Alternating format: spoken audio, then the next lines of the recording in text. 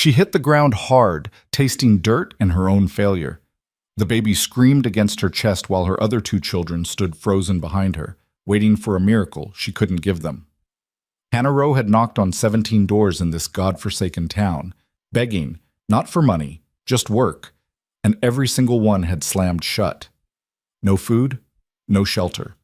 No plan left except to keep walking until her body quit. And now, beneath this oak tree in the middle of nowhere, it finally had. The wagon wheel she heard approaching could mean rescue or ruin. She was too broken to tell which she hoped for more. If you want to see how far this story of survival and second chances reaches, hit that like button and drop a comment telling me what city you're watching from. Now let me take you back to where it all began. The sun had no mercy that day. It bore down on the dry Texas road like a hammer on an anvil, turning the air thick and hostile. Hannah Rowe stumbled forward, one foot dragging after the other, her worn boots kicking up small clouds of dust that settled on her already filthy skirt. The baby, Ben, barely 8 months old, whimpered against her shoulder, his tiny fists clutching the fabric of her dress. Behind her, Nate and Lily followed in silence, their shadows stretched long and thin across the cracked earth. Nate was 10, old enough to understand that his mother was breaking, but too young to know how to fix it. His sister Lily, just turned 7, had stopped asking questions 2 days ago. Now she only held his hand and kept walking. Hannah's lips were cracked and bleeding. Her throat burned with every shallow breath. She'd finished the last of their water that morning, giving most of it to the children, and now even swallowing hurt. But thirst wasn't the worst of it. The worst of it was the shame. She had begged. Not once. Not twice. 17 times in the town of Flat Creek, population maybe 300 if you counted the drunks sleeping it off in the alleys. She'd gone door to door, hat literally in hand, asking, pleading, for work. Any work. She could cook, clean, mend clothes, keep books, tend animals. She wasn't asking for charity. She was offering labor in exchange for food and a roof. Every door had closed. The general store owner had looked her up and down with cold eyes and said, I got no use for a widow with babies hanging off her skirts. The saloon keeper had laughed outright. What are you going to do, darling? Serve drinks with a baby on your hip?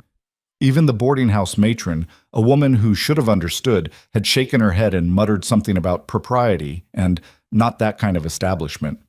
The church had been her last hope. She'd climbed those wooden steps with her heart in her throat, Ben heavy in her arms, Nate and Lily trailing behind like lost lambs. The Reverend had opened the door himself, a thin man with wire-rimmed glasses and a smile that didn't reach his eyes. Reverend, Hannah had begun, her voice shaking. My name is Hannah Rowe. My husband died 3 months back. I've got 3 children and no family nearby. I'm not asking for handouts. I can work. I can... Sister Rowe, he'd interrupted gently, but his hand was already on the door. We run a lean operation here. The congregation barely keeps us afloat as it is. I wish I could help, but please. The word had torn out of her, raw and desperate. I just need a chance. I'll scrub floors, I'll wash linens, anything. The Reverend's smile had faltered, just for a moment, and she'd seen it, pity mixed with discomfort. The look of a man who wanted her gone so he wouldn't have to feel bad about it. I'll pray for you, he'd said, and shut the door. Hannah had stood there for a long moment, staring at the peeling paint, feeling something inside her crack wide open. Then Nate had tugged her sleeve and whispered, Mama, let's go. And she'd turned away before the Reverend could see her cry. That had been 4 hours ago. Since then she'd walked. West, because west was away from Flat Creek and the faces that had turned from her. West, because if she kept moving, maybe she wouldn't have to think about what came next. West, because stopping meant admitting she had failed. But her body had other ideas. The world tilted suddenly, and Hannah's knees buckled. She caught herself on one hand, the other arm locked around Ben, who started to wail in earnest now. The ground was hot and hard beneath her palm. Her vision swam. Mama! Lily's voice high and frightened. Nate was at her side in an instant, his small hands gripping her arm. Mama, get up, please get up. Hannah wanted to. She tried, but her legs were trembling, her head spinning, and the baby's cries were drilling into her skull.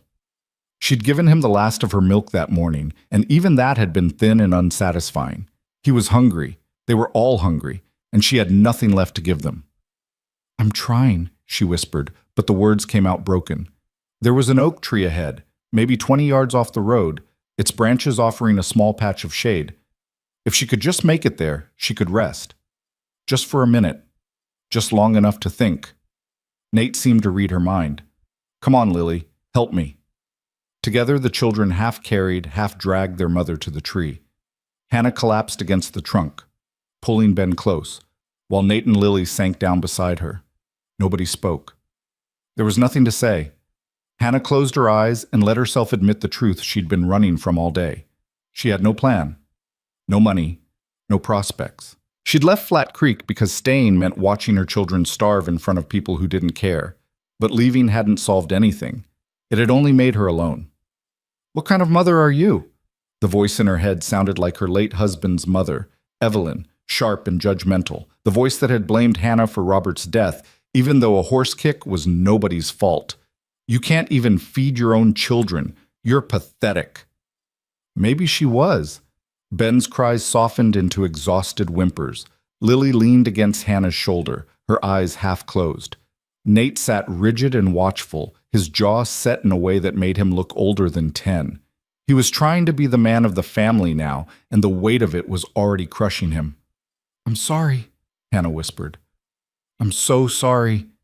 Nate didn't answer. He just reached over and squeezed her hand. The sun continued its slow descent, turning the sky a brutal, beautiful orange. Hannah's mind drifted. She thought about Robert, his laugh, his strong hands, the way he used to swing Lily in circles until she shrieked with joy. He'd been a good man, a simple man, a ranch hand with big dreams and no money to back them up. They'd been happy anyway, or at least happy enough. And then one stupid accident had ripped it all away. She thought about Evelyn's letter, the one that had arrived 2 weeks after the funeral. It had been cold and formal, offering to take the children off her hands so Hannah could start fresh. As if her babies were burdens to be discarded.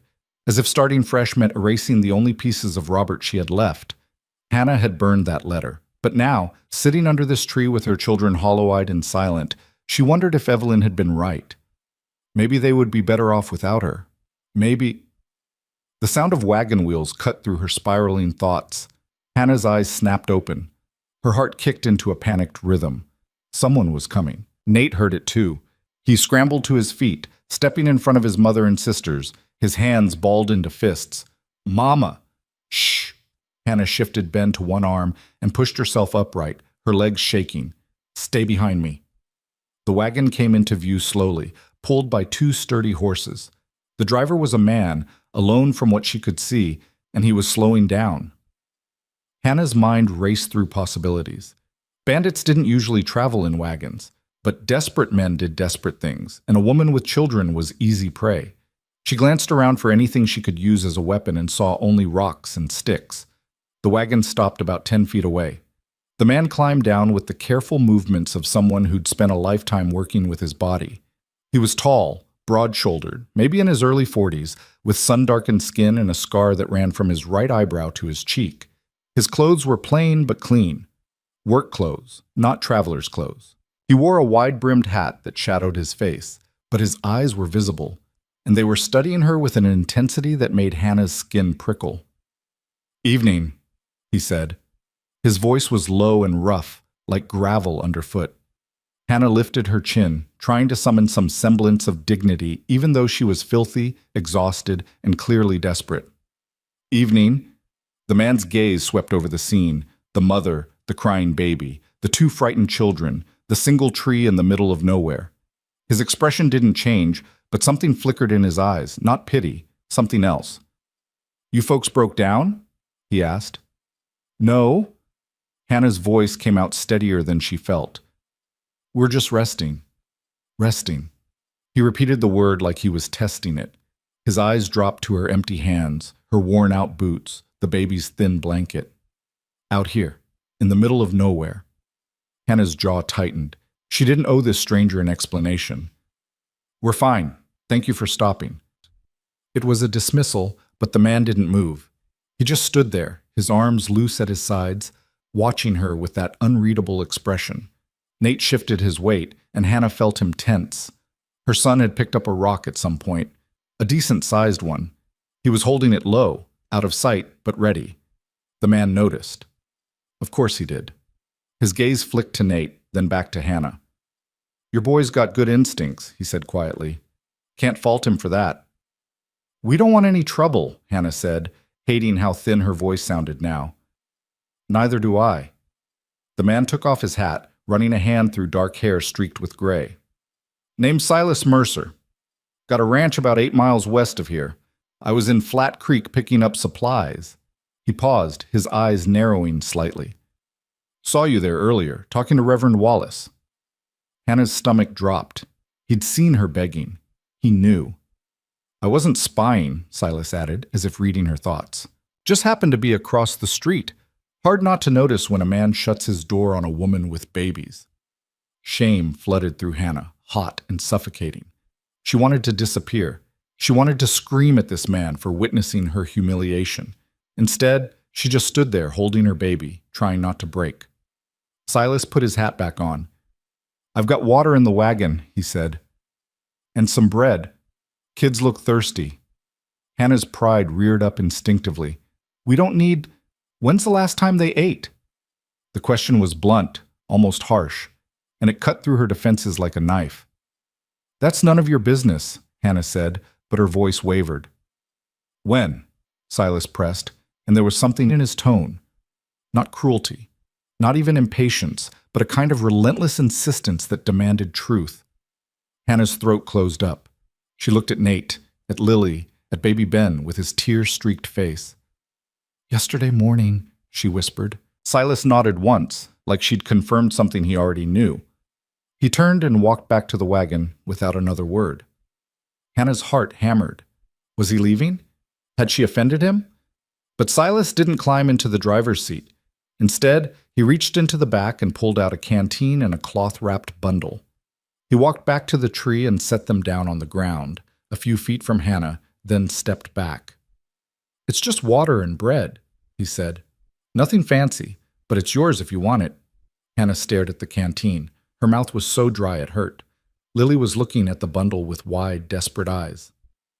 Why? Hannah asked. It came out harsher than she intended. Why would you do that? Silas regarded her for a long moment. Because I got more than I need, he said simply. And you got less. It wasn't an answer that made sense in the world Hannah had been living in, the world of closed doors and turned backs. But the canteen was real, and the bread was real, and her children were starving. She bent down slowly, picked up the canteen, uncapped it, and handed it to Nate. Small sips, she said, her voice shaking. Not too fast. Nate drank, then passed it to Lily, who drank and passed it to her mother. Hannah wet her cracked lips, let a little water soothe her burning throat, then took the canteen to Ben, dipping her finger in the water and letting him suck on it. The baby latched on eagerly, his eyes fluttering with relief. Silas watched in silence. He didn't smile.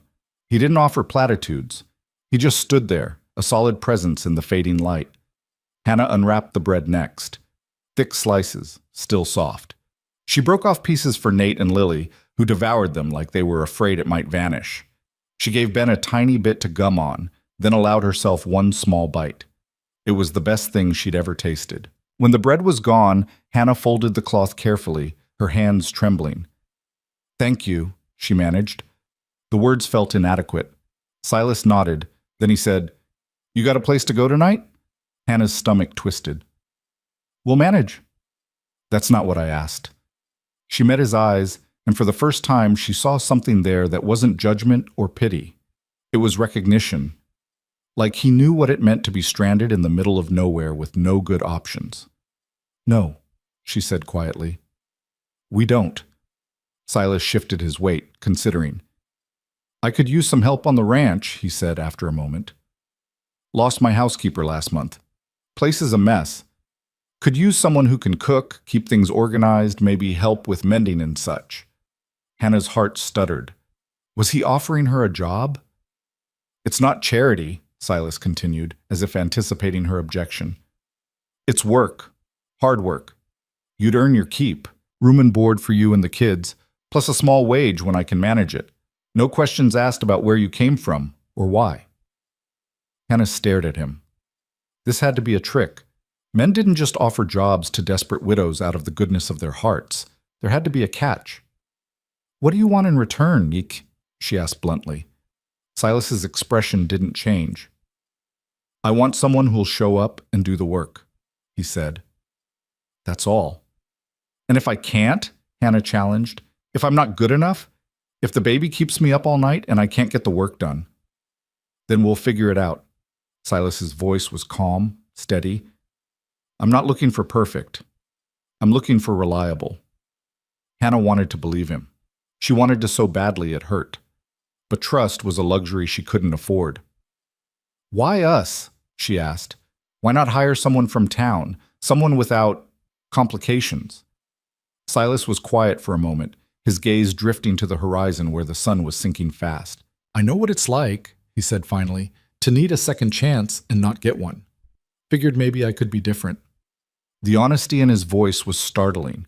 Hannah searched his face for deception, for hidden motives, for anything that would tell her this was a mistake, but all she saw was a tired man offering a tired woman a way out. "I can cook," she said, her voice barely above a whisper. "I can clean. I can mend and keep books and work until I drop. I won't steal from you. I won't cause trouble. And I'll make sure my children don't either." "Good enough," Silas said. "I need to know something first." Hannah squared her shoulders, fighting to keep her voice steady. Are you a decent man?" It was a blunt, dangerous question. If Silas was offended, he could take back the offer. He could leave them here. But Hannah had to know. She had to protect her children. Silas held her gaze. "I've made mistakes," he said slowly. "Done things I'm not proud of. But I don't hurt people who don't deserve it, and I don't prey on women and children. That's the truth." Hannah studied him. The scar on his face, the calluses on his hands, the weariness in his eyes. She thought about her options. Sleep under this tree tonight, hope they didn't freeze or get attacked by animals, then try to make it to the next town on foot with no food and no water. Or take a chance on this stranger who'd fed her children and offered them shelter. It wasn't really a choice at all. "All right," she said. "We'll come." Silas nodded. He didn't smile, didn't offer his hand, didn't make a show of it. He just turned and walked to the wagon. "Let's get moving before dark," he said. "Road gets tricky after sunset." Hannah gathered her children, holding Ben against her chest while Nate and Lily pressed close to her sides. They walked to the wagon together, a small, fragile unit held together by desperation and hope. Silas helped them up into the back, where there were crates and supplies and a couple of old blankets. It wasn't comfortable, but it was infinitely better than the hard ground. Nate climbed in first, then turned to help Lily. Hannah handed Ben up to Nate, then pulled herself into the wagon with the last reserves of her strength. Silas climbed into the driver's seat and snapped the reins. The horses started forward with a jolt, and the wagon began to roll west. Hannah settled into the corner, Ben in her lap, Nate and Lily on either side of her. The sun was almost gone now, painting the sky in shades of purple and gold. The air was cooling, and for the first time in days, Hannah felt something other than panic. She didn't know if this was safety. She didn't know if Silas Mercer was truly a good man or just a good liar. But she knew her children were out of the sun, they had water in their bellies, and they were moving toward something instead of running from everything. Nate leaned against her shoulder. "Mama," he whispered, "are we going to be okay?" Hannah looked down at her son, her brave, scared, too-grown-up boy, and kissed the top of his head. "I don't know," she said honestly, "but we're going to try." The wagon rattled on through the twilight, carrying a widow and her children toward an uncertain future. Behind them, the oak tree stood alone in the fading light, a silent witness to the moment when everything changed. And ahead, somewhere in the gathering dark, a ranch waited, offering either salvation or another kind of trap. Hannah closed her eyes and held her children close. Whatever came next, they would face it together. The ranch appeared as a collection of dark shapes against the starlit sky. Low buildings, fences, the silhouette of a barn. Silas brought the wagon to a stop in front of a small cabin, set the brake, and climbed down. "This is it," he said, his voice cutting through the night sounds, crickets, a distant owl, the soft snorting of the horses. Hannah peered out from the wagon bed. The cabin looked modest but solid, with a covered porch and shuttered windows. Smoke curled from the chimney, suggesting someone had banked a fire earlier. Silas came around to the back of the wagon and lowered the gate. "Let me help you down." Hannah handed Ben to him first, a gesture of trust that didn't escape either of them. Silas took the baby carefully, holding him with the awkward competence of someone who'd handled children before, but not recently. Ben blinked up at him with solemn eyes, too tired to fuss. Nate and Lily jumped down on their own. Then Hannah climbed out, her legs stiff and aching. She took Ben back from Silas, and he led them to the cabin. Inside, it was simple but clean. A main room with a fireplace, a table and chairs, a worn sofa. A narrow hallway led to what Hannah assumed were bedrooms. The fire in the hearth had burned down to embers, but the room still held warmth. Silas lit a lantern, casting yellow light across the space. "Kitchen's through there," he said, pointing to a doorway. "2 bedrooms down the hall. You and the kids can take the one on the left. I'll sleep in the other." Hannah nodded, trying to take it all in. It was overwhelming, the kindness, the shelter, the sudden shift from desperation to relative safety. "There's a pump out back for water," Silas continued. "Outhouse is past the chicken coop. I'll show you everything in the morning. For now, just rest." "Thank you," Hannah said again, and this time the words felt heavier, more real. Silas shrugged. "We'll see how you feel after a week of hard work." He moved toward his door, then paused. "I'm an early riser. Breakfast is at dawn.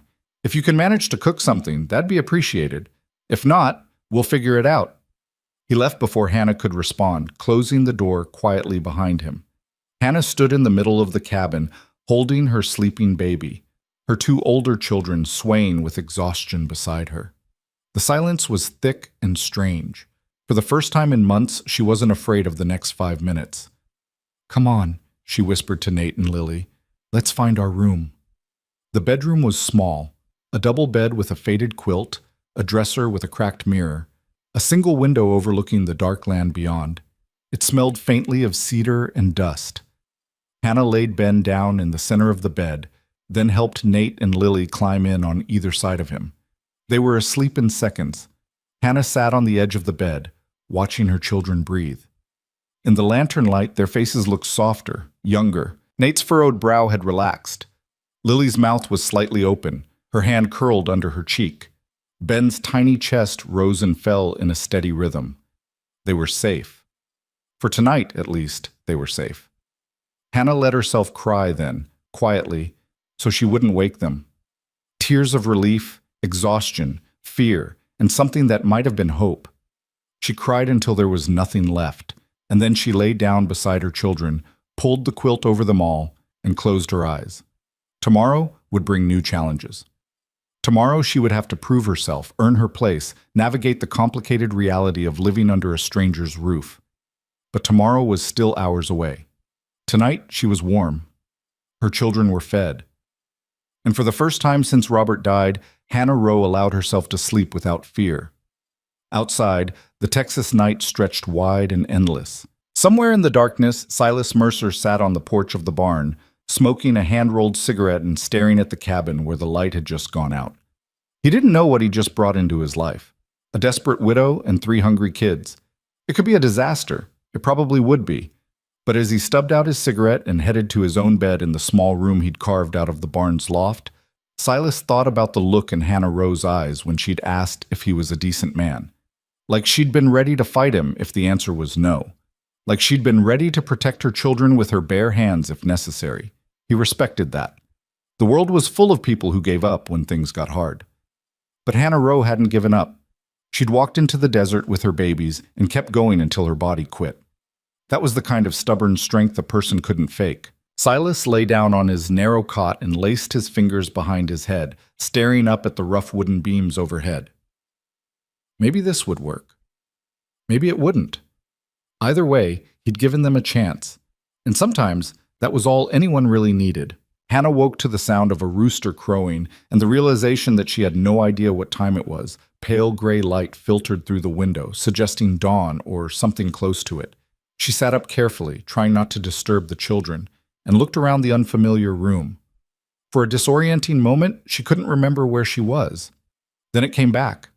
The wagon, the stranger, the offer of work. She pressed her hand to her chest, feeling her heart beat too fast. This was real. They were actually here, on a ranch owned by a man she'd met less than 12 hours ago. Ben stirred beside her, making soft grunting sounds that meant he'd be fully awake and demanding attention in about 30 seconds. Hannah scooped him up before he could wake the others and carried him out into the main room. The cabin was cold. The fire had died completely overnight, leaving only ash in the hearth. Hannah stood there holding her baby, looking around at the shadowy kitchen doorway, the closed front door, the windows with their simple curtains. She had no idea what Silas expected from her, no idea where anything was, no idea how to start. But she'd promised to cook breakfast, and Dawn was here. Hannah found the kitchen by feel, pushing through the doorway into a narrow room with a cast-iron stove, a dry sink, open shelves stocked with basic supplies, and a small table pushed against one wall. It was cleaner than she'd expected, but clearly the domain of someone who cooked only out of necessity, not skill or pleasure. She laid Ben on a folded blanket on the floor. He immediately protested and set about building a fire in the stove.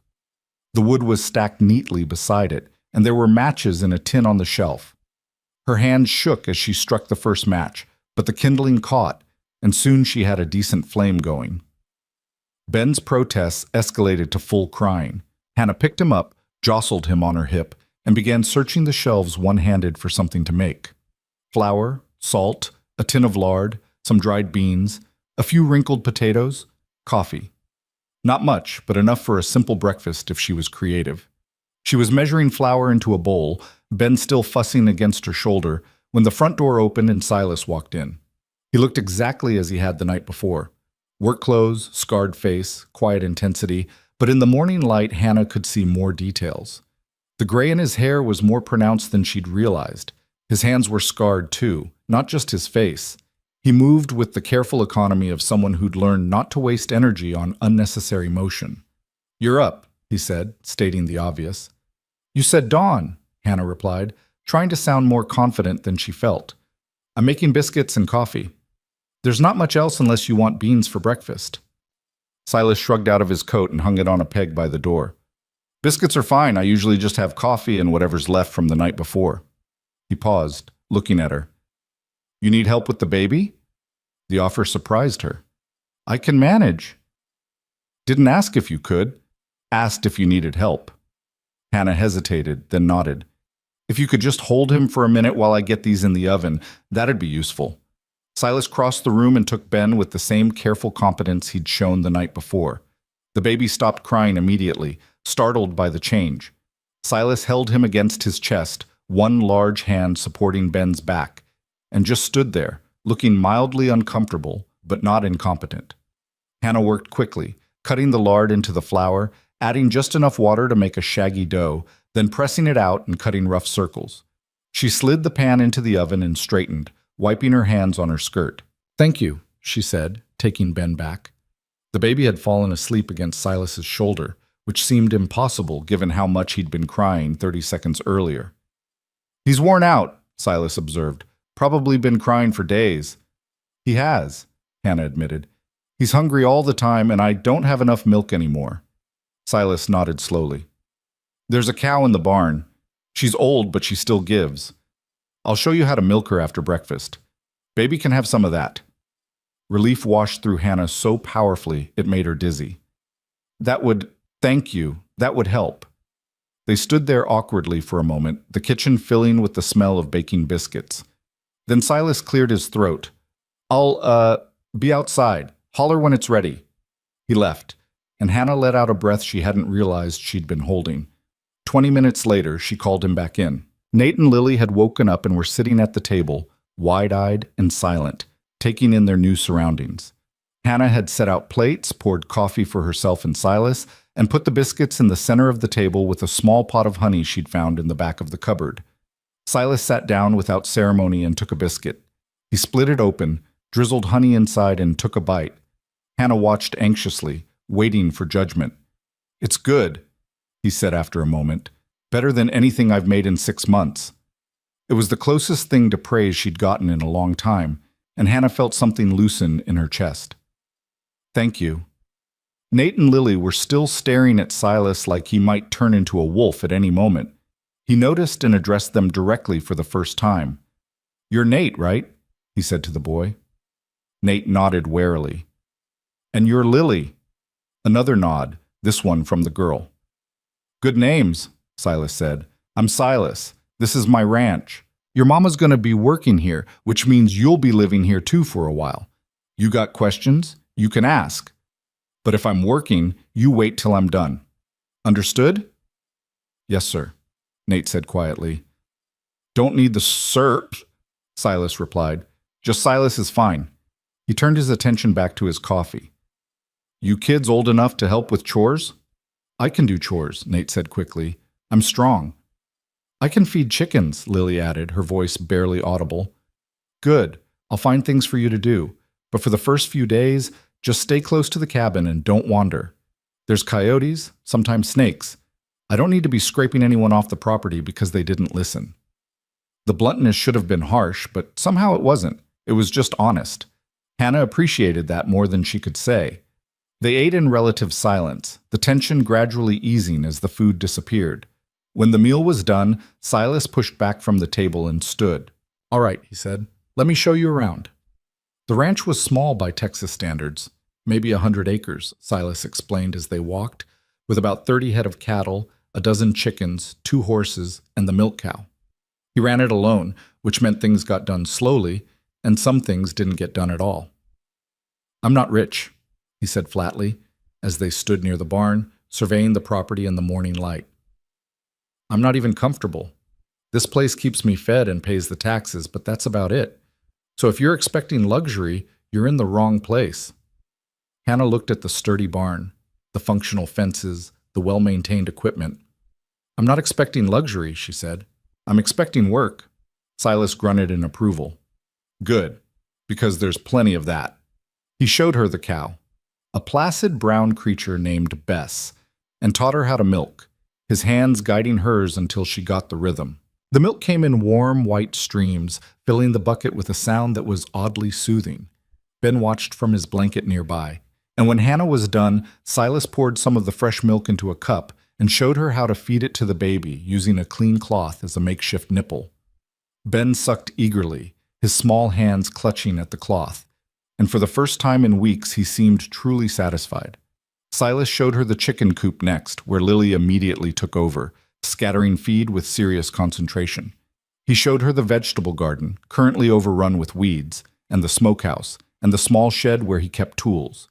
He explained the daily routine: animals fed at dawn, milking before breakfast, midday check on the cattle, evening feeding, milking again before supper.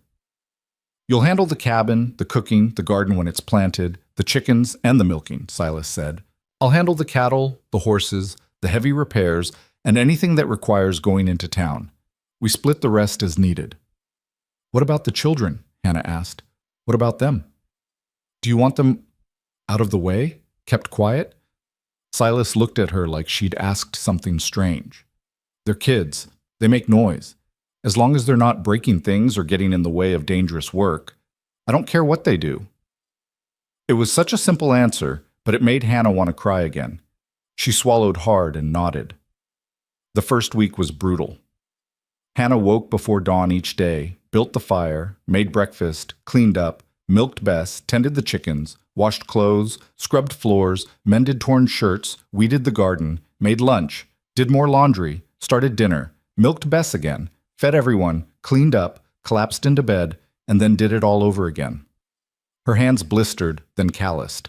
Her back ached constantly. Ben still woke 3 times a night, and Lily had nightmares that left her sobbing and clinging to Hannah in the dark. Nate tried to help with everything, working himself to exhaustion because he thought he had to prove they deserved to stay. But slowly, things began to settle into a rhythm. Silas was a man of few words, but he was consistent. He woke at the same time every day, did his work without complaint, and expected the same from everyone else. He didn't hover or micromanage. He didn't criticize unless something was actually wrong. And when Hannah burned the dinner on the 3rd night, distracted by Ben's crying and Lily's questions, he just ate it anyway and said, "Better luck tomorrow." The children adjusted faster than Hannah expected. Nate started following Silas around during the day, watching how he mended fences and handled the horses. Silas didn't tell him to leave, just warned him once about staying clear of the cattle's back hooves, and then let him observe in silence. Lily claimed the chickens as her personal responsibility and talked to them like they were her friends. Hannah would hear her out in the yard, chattering away to the hens about her day, her voice bright and surprisingly happy. Even Ben seemed to thrive. The regular milk made him plumper, less fretful. He started smiling, real, gummy smiles that made Hannah's heart ache with relief. And Hannah herself began to remember what it felt like to be useful. She'd forgotten, in those terrible months after Robert's death, that she was good at things. Good with her hands, good at organizing, good at making something out of nothing. The cabin transformed under her care, cleaner, more organized, with wildflowers on the table and curtains that actually closed properly. The meals improved as she learned what Silas liked and what ingredients were available. She even started a small herb garden near the kitchen door, planting seeds she'd found in a forgotten packet on the shelf. Silas noticed. He didn't say much, but Hannah could tell. He started eating slower, like he was actually tasting the food. He stopped sleeping in the barn loft and moved into the second bedroom properly. He fixed the squeaky hinge on the kitchen door that had been driving Hannah crazy. Small things. Quiet acknowledgments that they were becoming something like a household. 3 weeks in, Hannah was hanging laundry on the line when Nate came running from the pasture, his face pale. "Mama, Mama, come quick!" Hannah dropped the shirt she was holding and ran, her heart in her throat. "What happened? Are you hurt?" "Not me. Silas. One of the cows is stuck in the creek bed, and he went down to get it out, and I think he's hurt." Hannah didn't think. She just grabbed Lily, shoved both children toward the cabin, and told them, "Stay here with Ben. Don't move." Then she ran. She found Silas at the creek, which was more of a dry gulch this time of year, about half a mile from the house. He was on the ground, his leg twisted at a bad angle, and a large cow was standing a few feet away looking annoyed. "Damn fool animal stepped right into a hole," Silas said through gritted teeth when he saw Hannah. "I went down to get her out, and the bank gave way." Hannah scrambled down into the gulch, loose dirt sliding under her feet. "Can you stand?" "Not without help." She got her shoulder under his arm and heaved. Silas was heavy, all muscle and bone, and his sharp intake of breath told her the movement hurt. But together they managed to get him upright and out of the gulch. "Can you walk?" Hannah asked. "Not well." His face was pale, jaw clenched. "Lean on me." It took them 20 minutes to make it back to the cabin. Silas limping heavily, Hannah supporting as much of his weight as she could. By the time they reached the porch, her shoulders were screaming and Silas was sweating despite the cool air.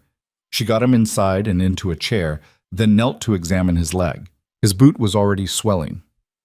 "I need to get this off," she said. Silas nodded tightly. "Do it." Hannah unlaced the boot as gently as she could, but there was no way to make it painless. Silas hissed through his teeth, but didn't cry out. When the boot finally came free, Hannah could see the ankle was badly swollen and already turning purple. "I think it's sprained," she said. "Maybe worse. You need a doctor." "No doctor," Silas said immediately. Silas, nearest doctor is in Flat Creek. That's a half-day ride, and I can't afford it anyway. It'll heal on its own." Hannah wanted to argue, but she knew he was right about the money. Instead, she said, "Then we do this my way. You stay off it completely for at least 3 days. I'll wrap it, ice it with water from the well, and you don't argue." Silas looked at her, really looked at her, and something shifted in his expression. "Yes, ma'am," he said quietly. Hannah wrapped his ankle with strips of cloth, elevated it on a stack of blankets, and brought him cold compresses throughout the day. She also took over his chores, which meant she was now doing everything: milking Bess, feeding the animals, checking on the cattle, hauling water, cooking, cleaning, watching the children. It was impossible, but Hannah did it anyway. Nate helped as much as a 10-year-old could, and even Lily pitched in, fetching things and keeping Ben entertained. Silas sat in his chair, fuming with frustration and uselessness, and watched Hannah work herself ragged. On the second day, he said, "You don't have to do all this." Hannah looked up from the bread dough she was kneading, her hair falling out of its bun, her dress streaked with flour and dirt. Yes, I do. I could manage. No, you couldn't. And if you make it worse trying, then we're all in trouble. So sit still and let me do this. Silas shut his mouth and sat still. On the evening of the third day, Hannah finished the chores, fed everyone dinner, put the children to bed, and then sat down at the table across from Silas with a cup of coffee that had gone cold an hour ago. Your ankle looks better, she said. Feels better too, Silas admitted. You did good. Hannah shrugged, too tired to respond properly. They sat in silence for a while, the only sound the crackling of the fire. Then Silas said, I was wrong about you. Hannah's head came up. What? When I picked you up on that road, I thought you'd last maybe a week. Figured you'd realize how hard the work was and leave, or you'd get scared being out here alone with me and run off in the night. I was wrong. Hannah didn't know what to say to that. You're tougher than you look, Silas continued. Tougher than most men I know, actually. And you're a good mother. Your kids are good kids because you raised them right. Something hot and painful swelled in Hannah's chest. Thank you, she whispered. Silas nodded once, then stood carefully, testing his weight on the injured ankle. He winced but stayed upright. I'm going to bed. Tomorrow I'll be back to work. Silas, half days, he conceded. Light work, but I can't sit around anymore. Hannah knew better than to argue. Half days, she agreed. He limped toward his bedroom, then paused at the doorway. Hannah? Yes? You've earned your place here. I want you to know that. You're not charity. You're not a burden. You're part of this now, if you want to be. Hannah's throat closed up. She managed a nod, unable to speak. Silas disappeared into his room, and Hannah sat alone in the firelight, letting his words sink in. You're part of this now. For the first time since Robert died, Hannah felt like she might actually survive this. More than survive, she might build something new. The fourth week brought new challenges. Silas announced they needed to go into town for supplies, flour, sugar, coffee, nails, a few other essentials. Hannah's stomach clenched at the thought of facing Flat Creek again, but they had no choice. They loaded the wagon early one Saturday morning, all 5 of them, and made the long ride into town. Hannah kept her head down as they rolled down the main street, acutely aware of the stares. People recognized her, the desperate widow who'd begged for work. And now here she was, riding into town with Silas Mercer and her children like she belonged. The whispers started immediately. Hannah caught fragments as they walked to the general store. Living out there with him. Shameful. Those poor children. Her face burned, but she kept walking, Ben in her arms, Nate and Lily close to her sides. Silas walked slightly ahead, his expression dark. He heard the whispers too, and Hannah could see the tension in his shoulders. They made it into the store, and the proprietor, the same man who'd turned Hannah away a month ago, greeted Silas with false friendliness.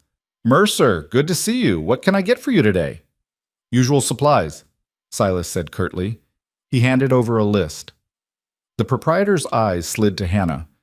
I see you've got help now. I do, Silas said.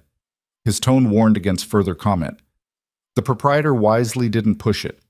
He filled the order while Hannah and the children waited near the door, trying to be invisible. They were loading the wagon when a woman approached. She was middle-aged, well-dressed, with a pinched expression that spoke of permanent disapproval. Mr. Mercer, she said loudly enough for half the street to hear, I'm surprised to see you bringing that woman into town. Aren't you concerned about your reputation? Silas stopped, a sack of flour in his hands. Mrs. Patterson, he said evenly, I'm not concerned about my reputation, no. Are you concerned about yours? Mrs. Patterson blinked. I beg your pardon? Just wondering if you're proud of yourself. Gossiping about a widow trying to feed her children. Seems like an interesting way to spend your Saturday. The woman's face flushed red. Well, I never... No, you probably haven't, Silas agreed. Never been desperate enough to need help, never been hungry enough to swallow your pride. Must be nice. He turned his back on her and continued loading the wagon. Mrs. Patterson stood there, sputtering, then turned on her heel and marched away. Hannah stared at Silas, something fierce and grateful burning in her chest. He caught her eye. "Get in the wagon," he said quietly. "We're done here." They rode out of town in silence, but this time the silence felt different, protective almost. Hannah realized that Silas had just publicly claimed her as part of his household, defended her against gossip, and made it clear he didn't care what anyone thought. It should have been nothing, but to Hannah, it was everything. That night, after the children were asleep, Hannah found Silas sitting on the porch, smoking one of his rare cigarettes. "Can I talk to you?" she asked. "Sure." She sat down on the step beside him, careful to leave space between them. "Thank you for what you did today, in town." Silas shrugged. "People talk. Let them. It'll make things harder for you." "Things have been hard before." He took a drag from the cigarette, the ember glowing in the dark. "I don't care what they think, Hannah, and you shouldn't either." "Easier said than done." "Maybe, but it's the truth." He was quiet for a moment, then said, "You planning to stay?" The question caught her off guard. "What?"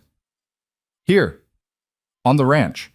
You planning to stay, or is this just temporary until you figure out something better?" Hannah thought about it, really thought about it. A month ago, she would have said this was temporary, just a stopgap until she could find something more stable, more respectable.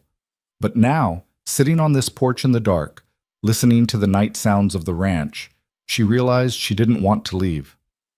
"I'd like to stay," she said softly, "if you'll have us." Silas nodded slowly. "Good, because I was starting to get used to having you around." It was the closest thing to sentimentality she'd ever heard from him, and it made her smile. "I'm starting to get used to being around," she admitted. They sat together in comfortable silence until the cigarette burned down to nothing, and then they went inside to sleep, both of them carrying the quiet knowledge that something had shifted between them, something that felt a lot like trust. The next morning, Silas left before dawn. Hannah woke to find a note on the kitchen table written in rough handwriting. "Cattle Drive, back in 3 days. You'll be fine." She stood there holding the note, her heart pounding. He'd left her alone, alone with the children, alone on the ranch, alone to manage everything. Either he trusted her completely or he was testing her. Hannah decided it didn't matter which. She'd manage either way. The first day went smoothly. She stuck to the routine, kept the children close, and didn't let herself think about everything that could go wrong. The second day was harder. One of the horses seemed off, limping slightly, and Hannah had no idea if it was serious. She checked its hooves, found nothing obvious, and decided to keep it stabled and watch it. The third day, everything fell apart. It was close to midnight when Hannah heard it, the sound of hoofbeats approaching fast, followed by men's voices, rough and loud. Her blood turned to ice. She grabbed the rifle Silas kept above the door. She'd seen where he stored it but never touched it, and moved to the window. 3 riders were approaching the cabin, silhouettes in the moonlight. Nate appeared at her side, his face white. "Mama?" "Wake your sister and get in the bedroom with Ben," Hannah said, her voice deadly calm. "Lock the door. Don't come out until I say." "Mama?" "Now, Nate." He ran. The riders stopped outside. Hannah heard them dismounting, heard their boots on the porch steps. Then someone pounded on the door. "Open up! We know Mercer's got supplies in there." Hannah's hands were shaking, but her voice was steady when she called back. "Mr. Mercer isn't here, and you're trespassing. Leave now or I'll shoot." Laughter. Ugly, mocking laughter. "You hear that, boys? The lady's gonna shoot us." The door handle rattled. Someone was trying to force it open. Hannah raised the rifle, aimed it at the door, and fired a shot into the ceiling. The sound was deafening in the small cabin. Silence fell outside. "Next one goes through the door," Hannah said, her voice like iron. "And I don't miss." More silence. Then one of the men spoke, his voice different now, wary. "You're bluffing." "Try me." She heard them conferring in low voices. Then the sound of boots retreating, horses being mounted. Within seconds, they were riding away into the night. Hannah stood frozen, the rifle still raised, until she couldn't hear the hoofbeats anymore. Then her legs gave out and she sank to the floor, shaking so violently her teeth chattered. The bedroom door opened. Nate ran to her, Lily right behind him. Mama, are you okay?" Hannah pulled them close, the rifle clattering to the floor beside her. I'm okay, we're okay, they're gone. She held her children and cried. From fear, from relief, from the sheer overwhelming terror of what had almost happened. When Silas rode in the next afternoon, Hannah was in the yard scrubbing laundry with vicious intensity, trying to work the fear out of her system. He took one look at her face and knew something was wrong. What happened? Hannah told him.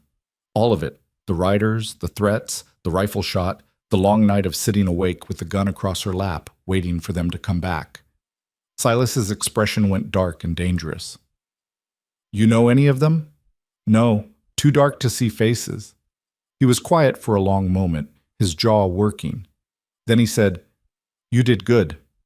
Hannah's head snapped up. What? You protected yourself and the kids. You didn't panic. You didn't give in. You did exactly right. He paused. But I shouldn't have left you alone. That was stupid. You had work to do. Work can wait. You're more important. The words hung in the air between them, heavy with meaning. Neither of them was quite ready to examine. Hannah looked at this scarred, quiet man who had given her shelter and work, and now apparently priority over his own livelihood. What are we doing here, Silas? She asked quietly. What do you mean? This, us, is this just an arrangement? Or is it something else? Silas met her eyes. I don't know, he said honestly. But I know I don't want you to leave, and I know I'd kill anyone who tried to hurt you or those kids. If that means something, then I guess it's something else.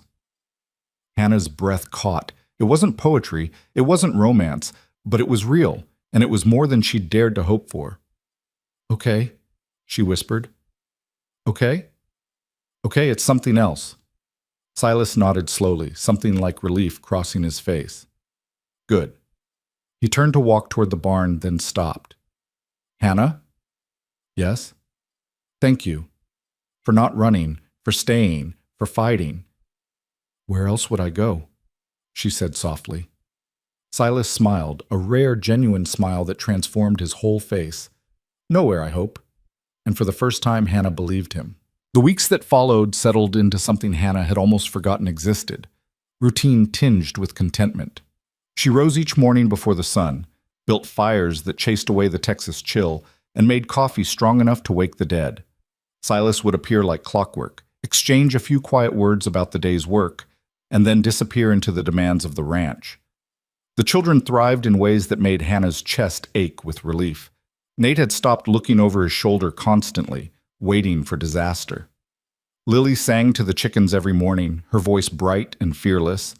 Even Ben had started pulling himself up on furniture, determined to walk before his first birthday. Hannah found herself humming while she worked, caught herself smiling at nothing in particular. The cabin had become a home, the ranch had become theirs, and Silas had become something she didn't quite have words for yet. 2 months after the night riders had come, Hannah was in the garden pulling weeds when she heard a wagon approaching.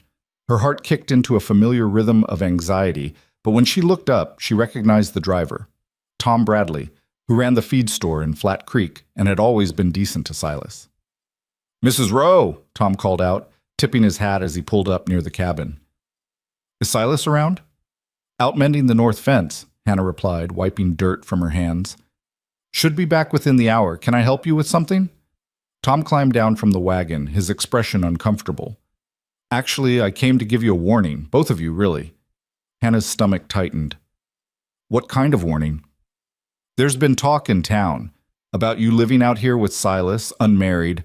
Normally, I'd say let people gossip themselves hoarse, but this is different. Tom pulled off his hat, turning it in his hands.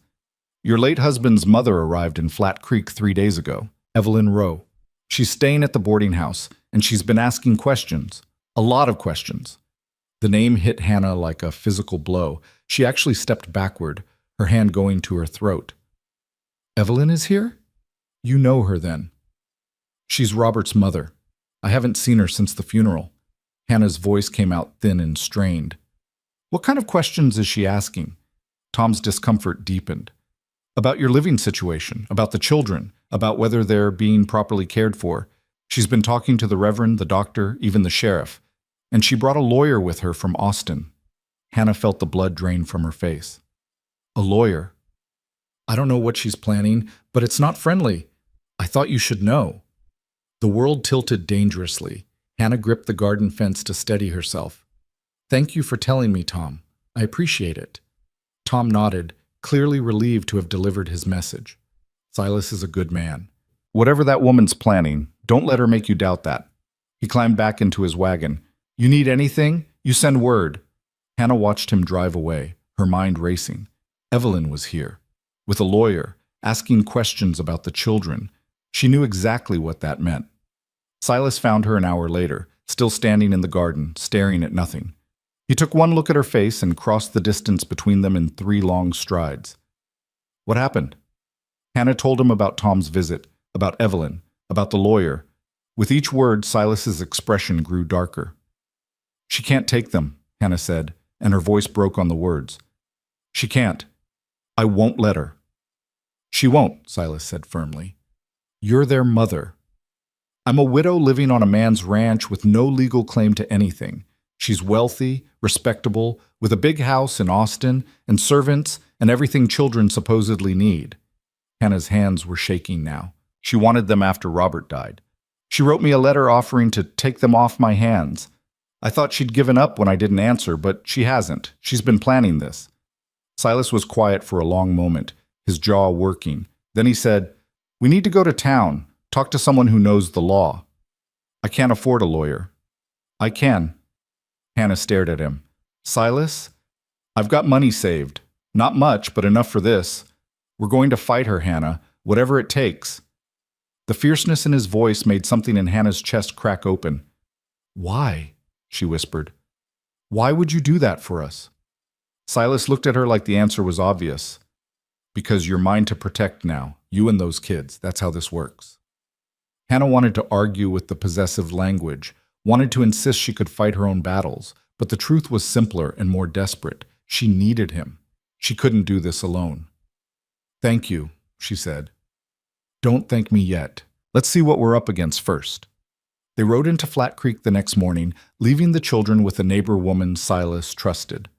Hannah wore her best dress, which wasn't saying much, and tried to keep her spine straight despite the terror clawing at her insides.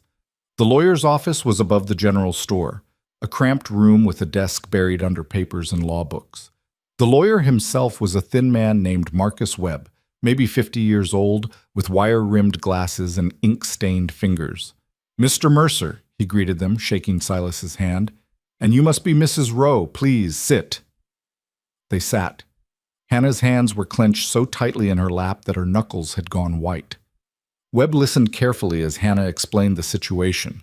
Robert's death, Evelyn's initial letter, Hannah's desperate months of survival, finding work with Silas, and now Evelyn's sudden appearance with a lawyer in tow. When Hannah finished, Webb sat back in his chair and steepled his fingers.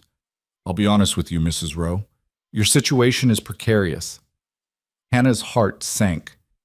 You're unmarried, living in a home with a man who's not your husband or family member. You have no independent income, no property of your own. Mrs. Evelyn Rowe, on the other hand, is a widow of means with an established household. In the eyes of the court, she could make a compelling argument that the children would be better off in her care. She didn't want them when I was starving, Hannah said, her voice shaking with anger. She didn't offer help. She offered to take them away from me. There's a difference. I understand, and I agree with you morally, but the law doesn't always align with what's right. It aligns with what's provable and what serves the best interests of the children, as the court defines it. So what can we do? Silas asked, his voice tight. Webb was quiet for a moment, considering. Then he said, There is one solution that would make Mrs. Rowe's position significantly stronger. What is it? Hannah asked. Marriage. The word hung in the air like a gunshot.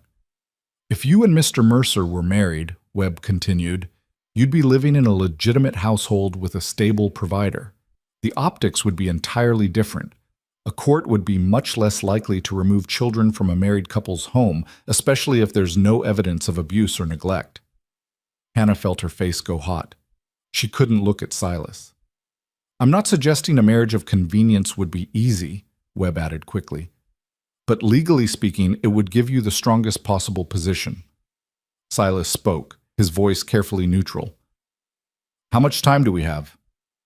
I'd estimate Mrs. Evelyn Rowe will file her petition within the week.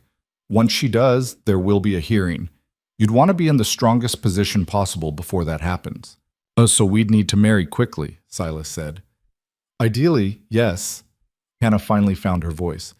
This is insane. We barely know each other. We've been living together for 2 months. It's not romantic, Silas finished for her, but it's practical. Hannah turned to look at him, searching his face for any sign of what he was thinking. His expression was unreadable, as always, but there was something in his eyes, something serious, and maybe a little sad. Can we talk about this privately? Hannah asked. Webb nodded. Of course. Take all the time you need. I'll be downstairs. He left, closing the door behind him. The silence in the room was deafening. Hannah stood and walked to the window, looking down at the dusty street below. Her mind was spinning, trying to process what was being asked of her. You don't have to do this, Silas said quietly. There might be other ways to fight her. Webb doesn't think so, and he's the lawyer. Still, marriage it's permanent. It's not something to rush into. Hannah laughed, but it came out bitter. I don't have the luxury of taking my time, Silas. If Evelyn gets those children, I'll never see them again. She'll cut me out completely. I know her. Then we fight her another way. How? Hannah turned to face him. With what? I have no money, no property, no standing in this community. All I have is you. And apparently that's not enough unless we make it legal. Silas stood, his movements careful. I don't want you to marry me because you're trapped.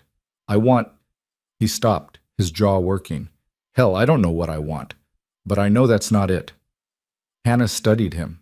This man who'd fed her children when they were starving, who'd given her work when no one else would, who'd defended her in town and stood guard over her safety. She thought about the way he'd looked at her when she'd survived the night riders, the quiet respect in his voice when he said she was tough. She thought about mornings in the kitchen and evenings on the porch, and the slow, steady build of something that felt like trust. It wasn't love. Not yet. But it was real. What if I said I wanted to? Hannah asked softly. Silas's head came up. What? What if I said I wanted to marry you? Not because I'm trapped, but because... She swallowed hard. Because I think we could make this work. Really work. Not just as an arrangement, but as a real marriage. Hannah, I'm not saying I love you. I'm not even saying I know what this is between us. But I trust you, Silas. I trust you with my life and my children's lives. And that's more than a lot of people have when they get married. Silas crossed the room to stand in front of her. Up close, she could see the lines around his eyes, the gray in his hair, the scar that she'd stopped noticing weeks ago. If we do this, he said, his voice rough, I'm doing it right. Not some quick ceremony to fool a judge.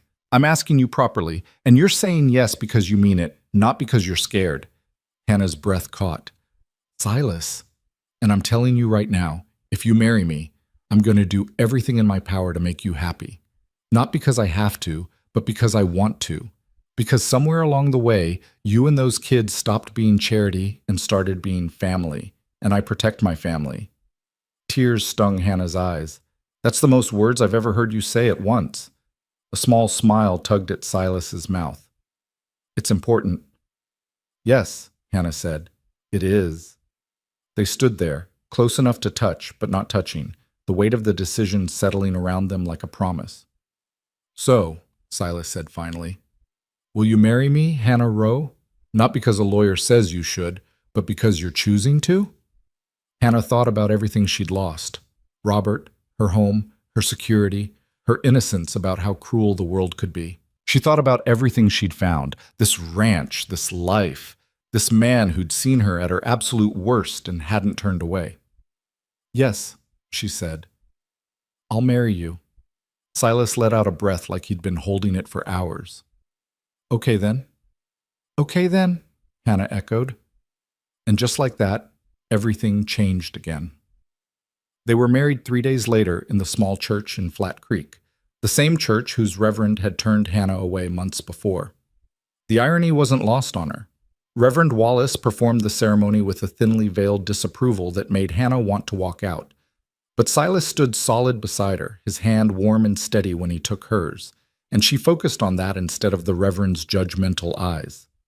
Nate stood as Silas's witness, serious and proud in a shirt Hannah had pressed that morning. Lily held baby Ben and tried not to fidget. Tom Bradley and his wife were the only other guests, serving as official witnesses to make everything legal. The ceremony was short and perfunctory. Reverend Wallace rushed through the vows like he couldn't wait to be done. When he pronounced them man and wife, there was no kiss, no celebration, just a curt nod and papers to sign. Hannah signed her name, Hannah Mercer now, and felt the weight of it settle into her bones. They were walking out of the church when Hannah saw her. Evelyn Rowe stood across the street, dressed in expensive black silk, her silver hair pulled back severely, her face a mask of cold fury. Hannah stopped dead. Silas followed her gaze and his hand moved to the small of her back, a protective gesture that didn't go unnoticed. Evelyn crossed the street with deliberate steps, her cane tapping against the wooden planks. She stopped a few feet away and looked Hannah up and down with withering contempt. "I see you've wasted no time making yourself respectable," Evelyn said, her voice dripping with disdain. "Mrs. Rowe," Hannah said, forcing her voice to stay level, "I didn't expect to see you here." "I'm sure you didn't. A secret wedding to avoid scrutiny. How convenient." "It wasn't secret," Silas said, his voice hard. "We followed the law. Got married in a church with witnesses. There's nothing inappropriate about it." Evelyn's cold eyes shifted to Silas. "And you must be the rancher who's been harboring my daughter-in-law and grandchildren. How noble of you. I gave them work and a home when no one else would, including you." The barb hit its mark. Evelyn's expression tightened. "I offered to care for the children properly, in a home befitting their station. Hannah refused out of selfish pride." "You offered to take them away from their mother," Hannah shot back, her control slipping. "That's not care. That's cruelty." "Cruelty?" Evelyn's voice rose. "I'll tell you what's cruel. Dragging 3 innocent children into poverty, making them work like servants on some failing ranch, exposing them to the gossip and scandal of your choices." "They're fed," Hannah said fiercely. "They're safe, they're loved. That's more than you ever offered." "Love doesn't put food on the table, or ensure their education, or guarantee their future. Money doesn't guarantee happiness." Evelyn smiled, and it was a terrible thing to see. "Perhaps not, but it does guarantee legal representation. I've filed a petition with the court for custody of Nathan, Lillian, and Benjamin. The hearing is set for 2 weeks from today." Hannah's world tilted. "You can't." "I can, and I have. We'll see what a judge thinks about your sudden convenient marriage and your suitability as a mother." Evelyn looked at Silas again. "And we'll see if your new husband's reputation can withstand proper scrutiny." "What's that supposed to mean?" Silas asked, his voice dangerous. "It means I've done my research, Mr. Mercer. I know about your past. I know about the men you killed in New Mexico. I know about the trial, and the questions that were never fully answered." Evelyn's smile widened. "Do you really think a judge will allow children to be raised by a man with blood on his hands?" Hannah felt Silas stiffen beside her. She looked at him, but his face had gone carefully blank. "That was self-defense, and the court ruled in my favor," Silas said flatly. "The court couldn't prove otherwise. That's not the same thing." Evelyn adjusted her grip on her cane. "I'll see you both in court, and when this is over, those children will finally have the life they deserve, far away from this disaster you've created." She turned and walked away, her back straight and proud. Hannah stood frozen, her mind reeling. Silas had killed people? There had been a trial. Why hadn't he told her? "Hannah," Silas started. "Not here," she said quietly, aware of the townspeople watching from windows and doorways. "Let's go home." The ride back to the ranch was silent and tense. The children sensed something was wrong and stayed quiet in the back of the wagon. When they finally arrived, Hannah asked Nate to take his siblings inside while she talked to Silas. They stood in the yard, the afternoon sun beating down, neither of them quite able to look at the other. "You should have told me," Hannah said finally. "I know." "You should have told me before I married you." "I know." "Did you kill those men?" Silas was quiet for a long moment. Then he said, "Yes." Hannah's stomach dropped. "Why?" "Because they were going to kill me and my brother. We were working a ranch in New Mexico, moving cattle through disputed territory. 5 men jumped us at night. They shot my brother before we even knew they were there. I fought back. When it was over, 3 of them were dead and my brother was dying in my arms." His voice was flat, emotionless, like he was reciting facts instead of describing a nightmare. "The law got involved," Silas continued. "There was a trial. The evidence supported self-defense, but there were questions. The men I killed were connected to someone powerful. There was pressure to convict me anyway. In the end, the judge ruled in my favor, but only barely. I left New Mexico the next day and never went back." Hannah absorbed this, trying to reconcile the quiet man she knew with the violence he was describing. "How long ago was this?" 12 years. "And you've been running from it ever since." "Not running, just not advertising it." Silas finally looked at her. "I'm not proud of what happened, but I'm not ashamed either. I did what I had to do to survive, that's all." Hannah thought about the night riders, about how she'd fired the rifle without hesitation when her children were threatened. She thought about the steel she'd found in herself when desperation demanded it. "I understand," she said quietly. Silas blinked. "What?" "I said I understand. You protected yourself and your brother. You did what you had to do." Hannah stepped closer. "What I don't understand is why you didn't tell me before. Because I was afraid you'd look at me differently. Like I'm some kind of monster." "Are you?" "No. But I've done monstrous things when I had no choice." Hannah reached out and took his hand. His fingers were rough and warm, and they closed around hers like a lifeline. "We've all got things in our past we're not proud of," she said. "I've lied, stolen food when I was desperate, nearly let my pride kill my children rather than admit I needed help. None of us are saints, Silas. We're just people trying to survive. Evelyn's going to use this against us in court." "I know." "She might win." Hannah's throat tightened. "I know that too."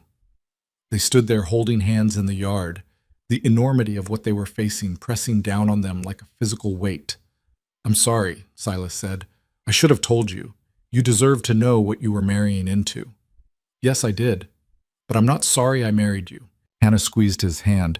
"We're going to fight this, Silas, together, and we're going to win." "How can you be so sure?" "Because I have to be. Because the alternative is losing my children, and I won't let that happen." Silas looked at her, really looked at her, and something shifted in his expression. "You're the strongest person I've ever met," he said quietly. "I'm terrified." "I know, but you're still standing. That's what strength looks like." Hannah wanted to believe him. She wanted to believe they had a chance. But Evelyn's words kept echoing in her head.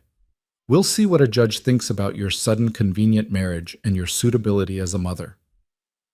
That night, after the children were asleep, Hannah sat at the kitchen table with Silas and Marcus Webb, who'd ridden out from town to discuss strategy.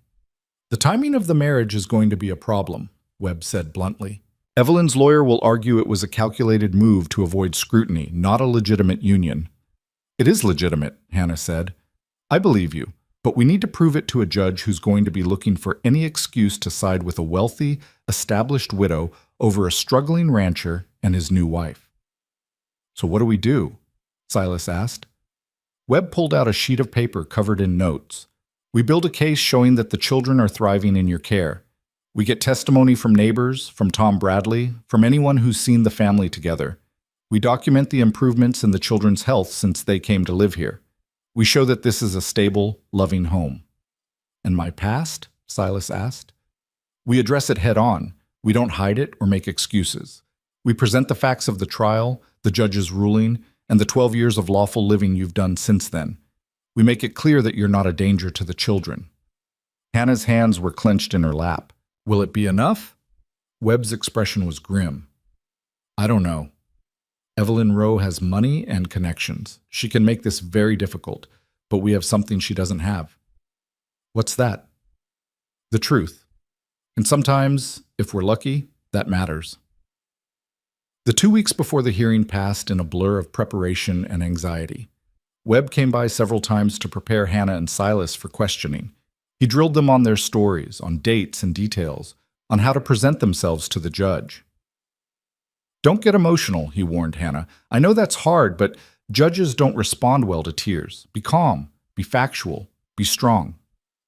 "What if I can't?" Hannah asked. "Then fake it. This is a performance, Mrs. Mercer. Your children's lives depend on how well you play the part." The words chilled her, but she knew he was right. The night before the hearing, Hannah couldn't sleep. She lay in bed, the bed she now shared with Silas, though they kept to their respective sides and hadn't yet crossed that particular bridge, and stared at the ceiling, her mind racing with everything that could go wrong. "You awake?" Silas's voice came from the darkness beside her. "Yes." "Me too." They lay in silence for a moment. Then Silas said, "Whatever happens tomorrow, I want you to know something."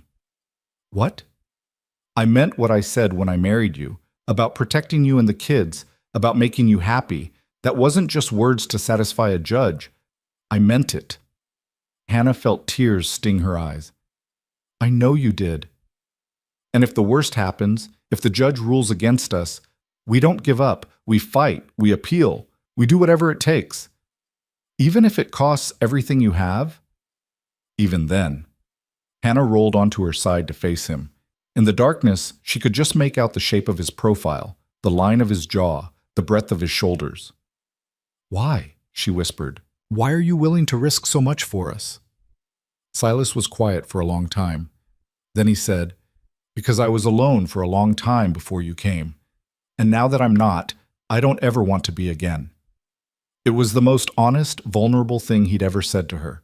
Hannah reached out in the darkness and found his hand. "Thank you," she said. "For what?" "For giving me a reason to keep fighting." Silas's fingers tightened around hers. "You never needed me for that. But I'm glad I could help anyway." They fell asleep like that, hands clasped in the darkness, holding on to each other against whatever the morning would bring. The courthouse in Flat Creek was a modest building, but it felt massive and intimidating as Hannah climbed the steps the next day.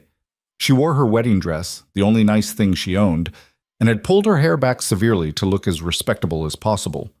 Silas walked beside her in his best shirt, freshly shaved, his expression grim and determined. Inside, the courtroom was already filling up.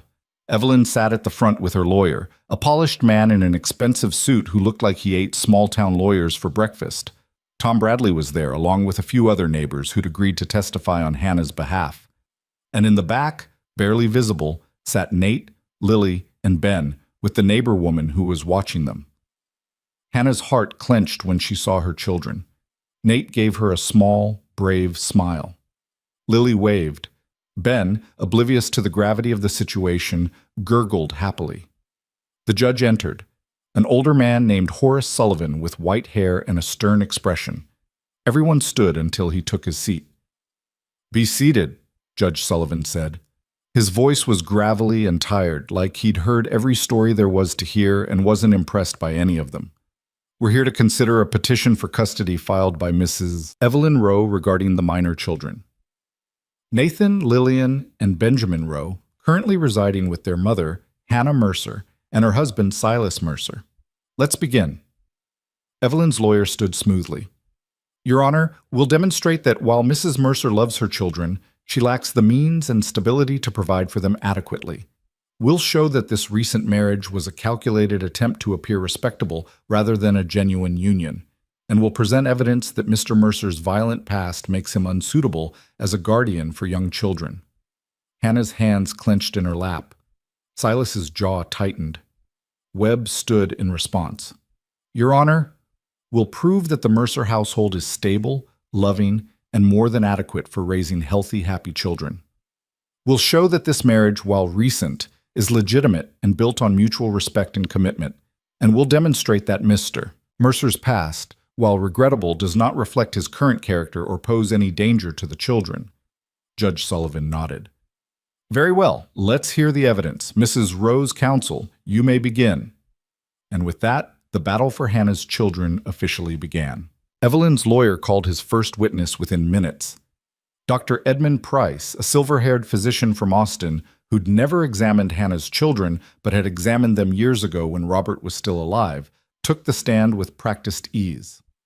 "Dr. Price," the lawyer began, "you treated the Rowe children when they lived in Austin, correct?" "Yes, when their father was employed at the Harrison estate. I saw them for routine visits." "And in your professional opinion, what kind of environment is optimal for raising healthy children?" Webb shot to his feet. "Objection, Your Honor. The witness hasn't examined the children in over a year. He has no knowledge of their current condition." "Overruled," Judge Sullivan said. "The witness may answer as to general medical opinion." Dr. Price settled back in his chair. "Children require stability, proper nutrition, access to medical care, and a clean, safe environment. They also benefit from educational opportunities and social interaction with peers." "And would you say a remote ranch, 8 miles from town, provides these things adequately?" "That would depend on the specific circumstances." "Let me be more specific then. Would a ranch with limited financial resources, run by a man with no experience raising children, where the nearest doctor is a half-day's journey away, meet the standard of care you'd recommend?" Webb stood again. "Your Honor, this is speculation. The witness has no direct knowledge." "I'll allow it," the judge interrupted. "Answer the question, Dr. Price." The doctor looked uncomfortable, but answered.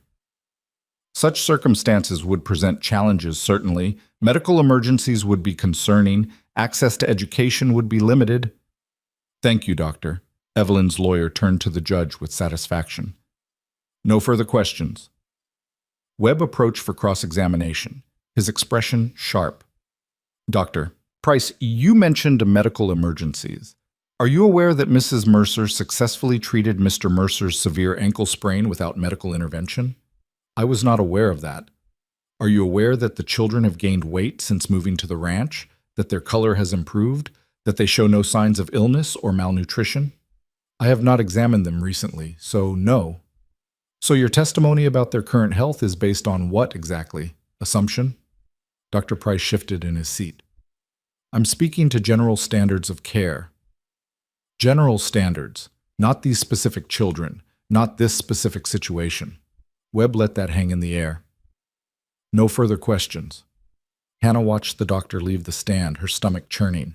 One witness down, and already she could feel how this would go. Death by 1,000 careful cuts, each one designed to make her look inadequate. The next witness was Reverend Wallace. He sat in the witness chair with his hands folded, the picture of moral authority. Evelyn's lawyer asked, "Reverend, you've known Mrs. Rowe since she arrived in Flat Creek, correct?" "That's correct. She came to the church seeking help several months ago." "And what was your impression of her situation at that time?" Wallace's expression was pained, like the memory troubled him. "She was desperate. 3 children, no means of support, clearly at the end of her resources." "Did the church offer assistance?" "We wanted to, but our resources are limited. We serve a small congregation. I prayed with her and wished her well." Webb was on his feet instantly. "Your Honor, I'd like to enter into evidence a sworn statement from Mrs. Margaret Foster, who was present during Mrs. Rowe's visit to the church." The judge nodded. "Proceed." Webb read from the paper in his hand.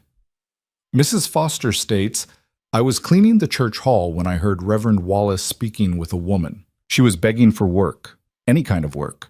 She offered to clean, to cook, to do anything. The Reverend told her we had no positions available and closed the door.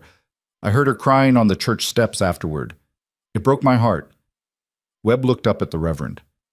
"Does that sound accurate?" Wallace's face had gone red. "I don't recall the exact conversation, but you do recall turning away a desperate mother with 3 starving children from the house of worship you represent?" "It wasn't the church's finances. Yes or no, Reverend? Did you turn her away?" "Yes, but—" "Thank you. No further questions." Hannah saw Evelyn's lawyer whisper something to the Reverend as he left the stand, clearly displeased that the testimony had backfired. But the damage to Hannah's case had already been done. The image of her begging at the church door was now in the judge's mind. The morning dragged on with more witnesses. The boarding house matron testified about propriety and reputation. The general store owner testified about how little Silas purchased, implying poverty. Each piece of testimony was carefully crafted to build a picture of instability and desperation. When the court broke for lunch, Hannah stepped outside with Silas, her legs shaking. "They're making us sound like criminals," she said, her voice tight. "They're doing their job," Webb said, joining them on the courthouse steps. "And we'll do ours this afternoon. Tom Bradley will testify, and I'm calling you to the stand as well." Hannah's stomach dropped. "Me? You're the mother. The judge needs to hear directly from you." Webb's expression softened slightly. "I know it's hard, but this is where we fight back. Trust me." The afternoon session began with Tom Bradley taking the stand. He was nervous but honest, his rough hands gripping the armrests of the witness chair. "Mr. Bradley," Webb began, "how long have you known Silas Mercer?" "Going on 8 years now. He's a regular customer at my feed store." "And what's your opinion of his character?" "Silas is as solid as they come, pays his bills on time, keeps his word, doesn't cause trouble, works harder than any 3 men I know." "Have you observed him with the Rowe children?" Tom nodded. "Saw him in town with them about a month back. The boy was helping load supplies, proud as could be. Mr. Mercer was teaching him how to secure a load properly, patient-like. Not everyone has that kind of patience with kids." "And Mrs. Mercer?" "She's turned that household around. I delivered flour out there 2 weeks ago, and the place looked like a different world. Garden growing, chickens healthy, cabin clean. Those kids were running around laughing, looking healthy and happy. That's not what suffering looks like." Evelyn's lawyer stood for cross-examination. "Mr. Bradley, you mentioned Mr. Mercer pays his bills on time. Does that mean he has significant financial resources?" Tom hesitated. "He gets by." "Just gets by? So he's not wealthy?" "No, but he's not poor either. He makes an honest living. An honest living on a small ranch with limited prospects. And now he's supporting a wife and 3 additional children. Doesn't that concern you? People have raised families on less. But wouldn't these children have better opportunities with a grandmother who has significant financial means?" Tom's jaw set stubbornly. "Money isn't everything. I've seen rich kids who were miserable and poor kids who were loved. I know which I'd choose." "That wasn't the question." "It's the only answer that matters." The lawyer dismissed him with barely concealed irritation. Hannah wanted to hug Tom Bradley. Then Webb called Hannah to the stand. She walked forward on legs that felt like water, placed her hand on the Bible, and swore to tell the truth.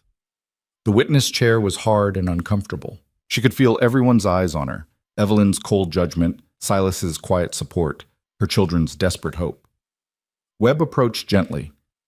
"Mrs. Mercer, tell the court about the day you met Silas." Hannah took a breath and began. She told them about the road, the oak tree, the moment when she'd realized she couldn't take another step. She told them about Silas stopping, about his simple question, "When did your kids last eat?" and how that question had cut through all her pride and desperation to the simple truth underneath. "He didn't ask me why I was there or where I was going," Hannah said, her voice steady now. "He just asked when my children had eaten, and when I told him, he fed them. No conditions, no judgment, just fed them." "And when he offered you work?"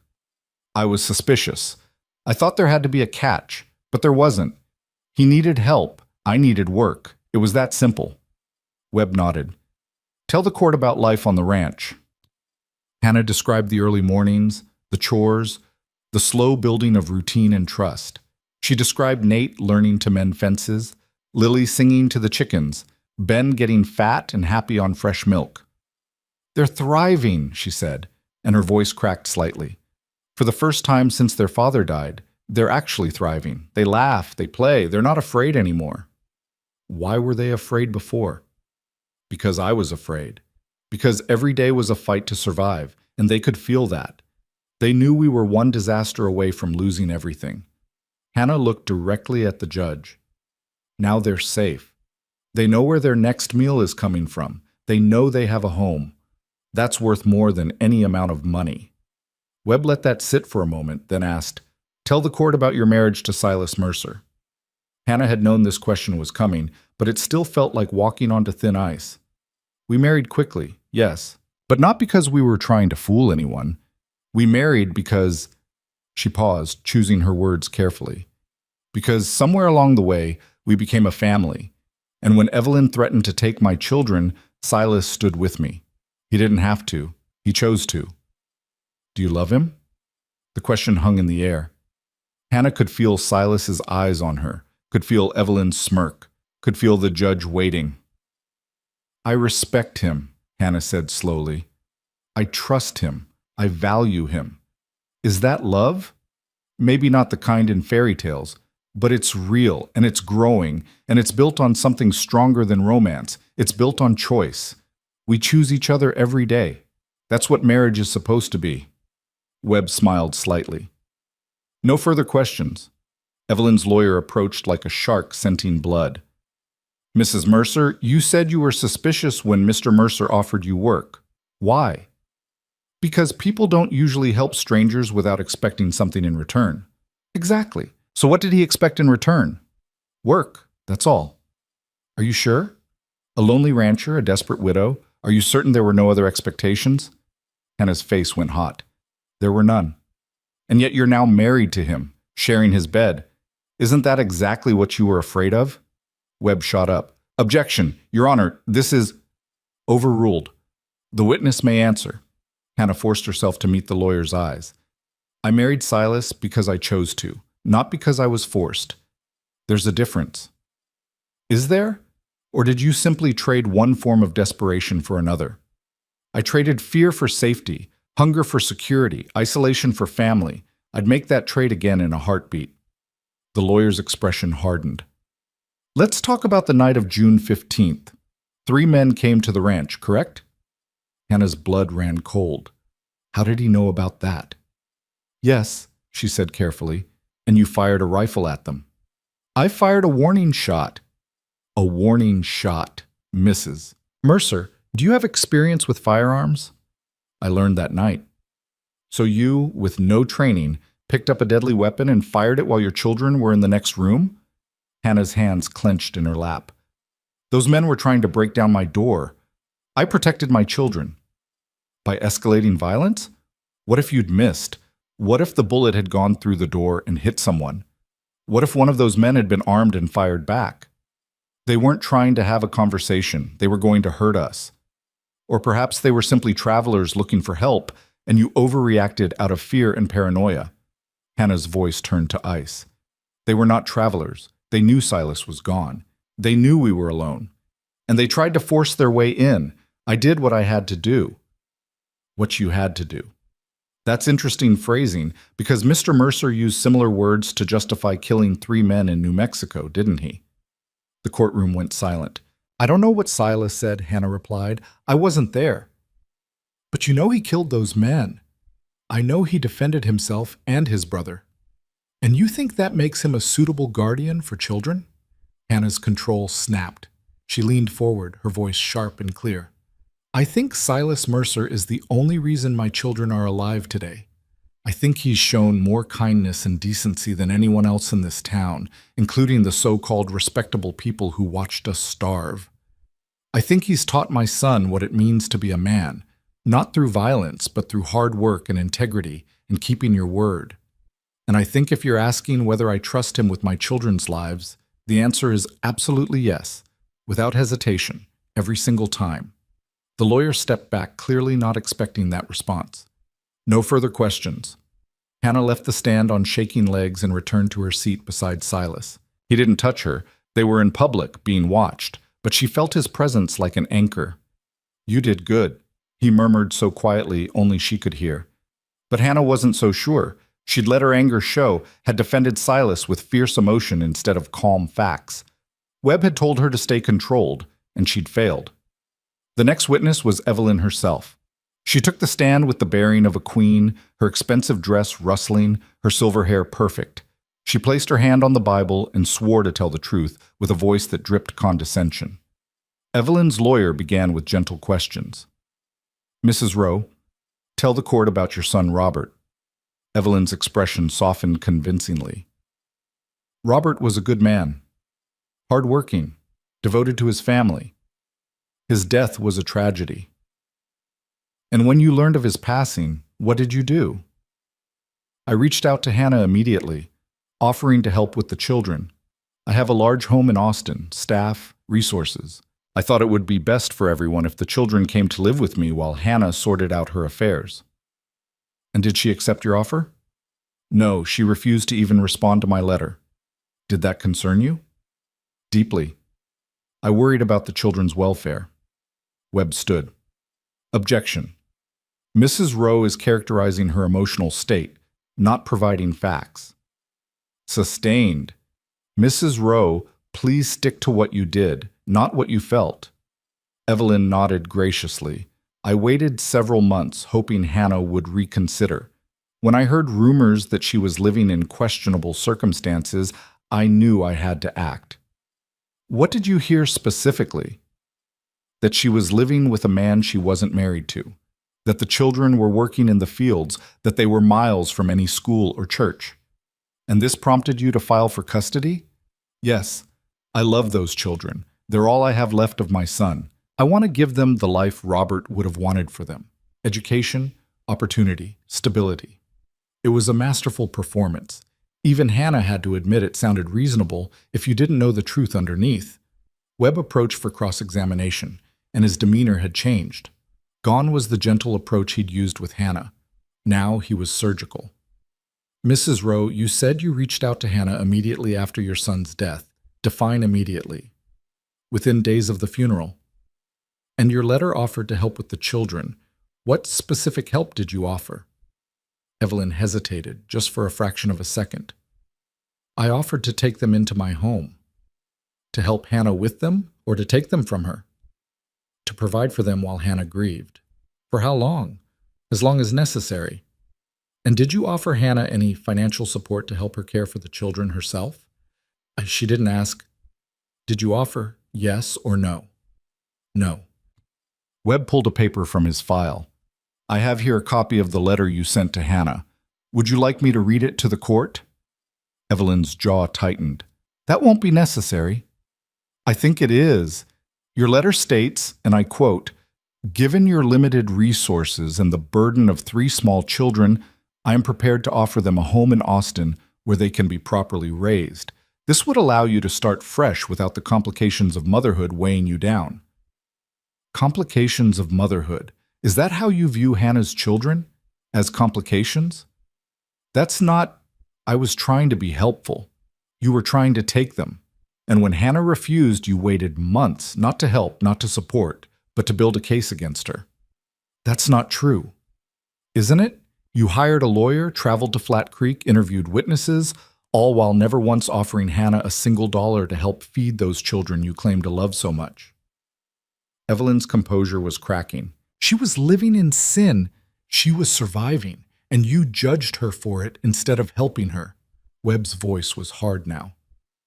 Tell the court, Mrs. Rowe, when was the last time you actually saw your grandchildren? At the funeral. So you haven't seen them in over 6 months. You don't know what they look like now, what they enjoy, what makes them laugh. You don't know that Nathan wants to be a rancher like Silas, or that Lillian has named every chicken on the property, or that Benjamin took his first steps last week. You don't know any of that because you haven't been there. I wasn't permitted. You weren't prevented. You were wealthy enough to travel, powerful enough to hire lawyers, but you never once showed up at that ranch to simply visit your grandchildren. Why? Evelyn's mask finally shattered. Because I wouldn't set foot in that place. Living with a stranger in poverty, doing manual labor like common servants, it's beneath them. Robert deserved better, and so do his children. The courtroom erupted in whispers. Judge Sullivan banged his gavel. Webb pressed his advantage. So this isn't about the children's welfare at all. This is about your pride, about what you think they deserve based on your standards, not their needs. They deserve a proper home. They have one. What you mean is they deserve a home that meets your approval. There's a difference. Evelyn was shaking now, her careful composure gone. You don't understand. I understand perfectly. You want to control them because they're all you have left of your son. But they're not possessions, Mrs. Rowe. They're children with a mother who loves them in a home where they're happy. And no amount of money changes that. Webb returned to his seat. Evelyn sat in the witness chair, her face blotchy with rage and shame. No longer the dignified grandmother, but something smaller and meaner. Her lawyer tried to rehabilitate her testimony with redirect questions, but the damage was done. When Evelyn finally left the stand, she wouldn't meet anyone's eyes. Judge Sullivan called a 15-minute recess. Hannah stepped outside, her whole body trembling with adrenaline. Webb followed her. "That was incredible," Hannah said. "The way you broke her down."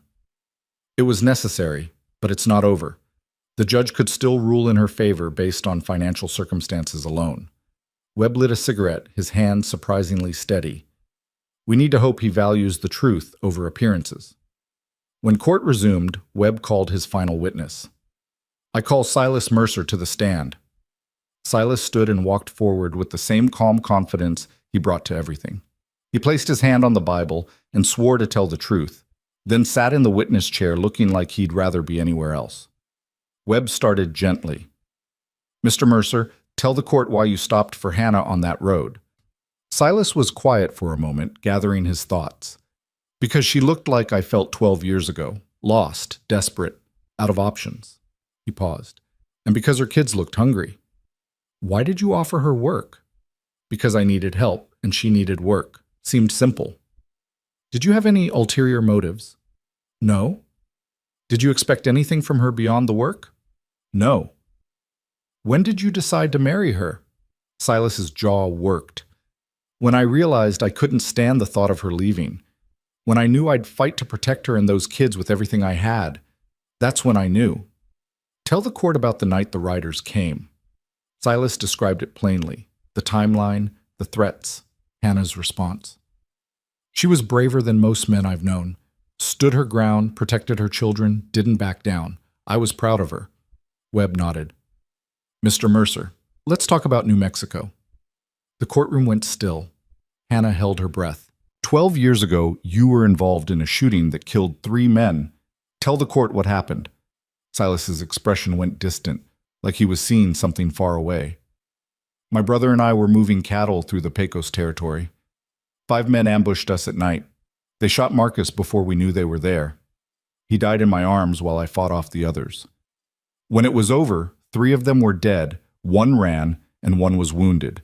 I turned myself into the law that same night." "Why did they attack you?" "Territory dispute. They worked for a rancher who claimed we were trespassing. We weren't, but he wanted us gone, so he sent men to make sure we never came back." "And the trial?"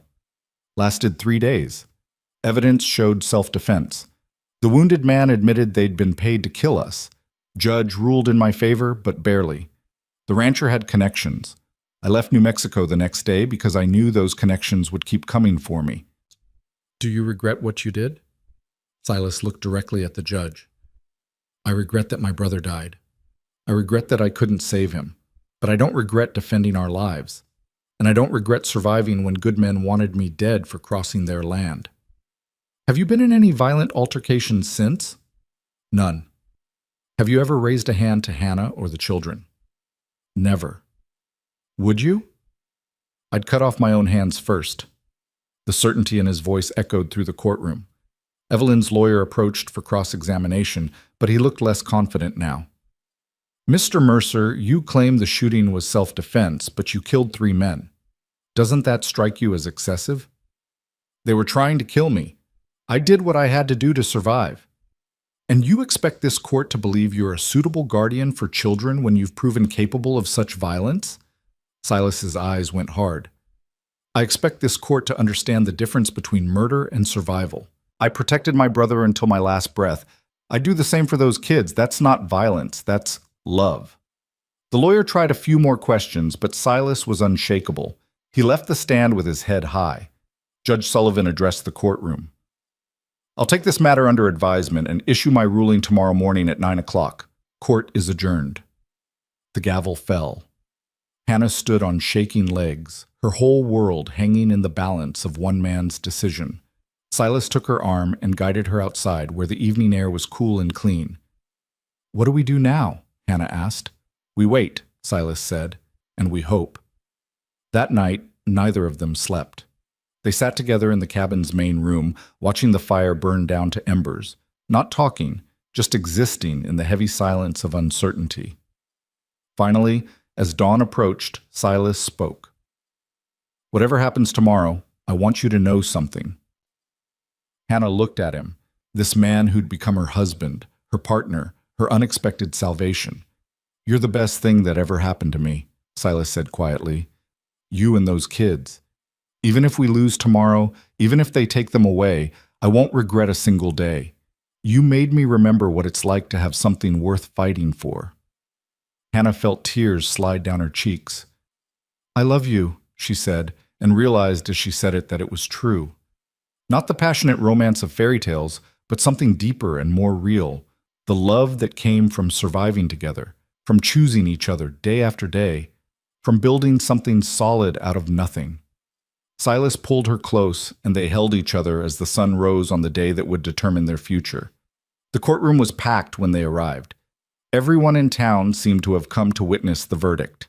Hannah sat with Silas, holding his hand so tightly her fingers went numb. Judge Sullivan entered, his expression unreadable.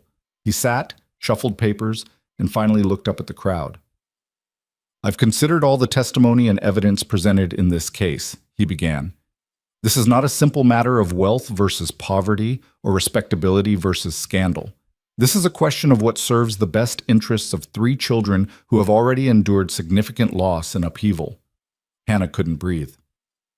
Mrs. Evelyn Rowe presented a compelling case for financial security and social advantage. However, her testimony revealed a concerning focus on appearances and control rather than the children's emotional needs. Furthermore, her failure to provide any support during Mrs. Mercer's time of greatest need speaks to priorities that trouble this court. Evelyn's lawyer stood. "Your Honor." "Sit down, counselor. I'm not finished." The lawyer sat. "Mr. and Mrs." Mercer presented a less polished case, but one built on a foundation of genuine care and sacrifice. The children are healthy, happy, and thriving in their care. The marriage, while recent, appears to be entered into with honest intent and mutual commitment. And while Mr. Mercer's past contains violence, the circumstances were clearly self-defense, and his behavior in the subsequent 12 years has been exemplary. Hannah's heart was pounding so hard she thought it might burst. Therefore, it is the ruling of this court that custody of Nathan, Lillian, and Benjamin Rowe shall remain with their mother, Hannah Mercer, and her husband, Silas Mercer. Mrs. Evelyn Rowe's petition is denied. The courtroom exploded.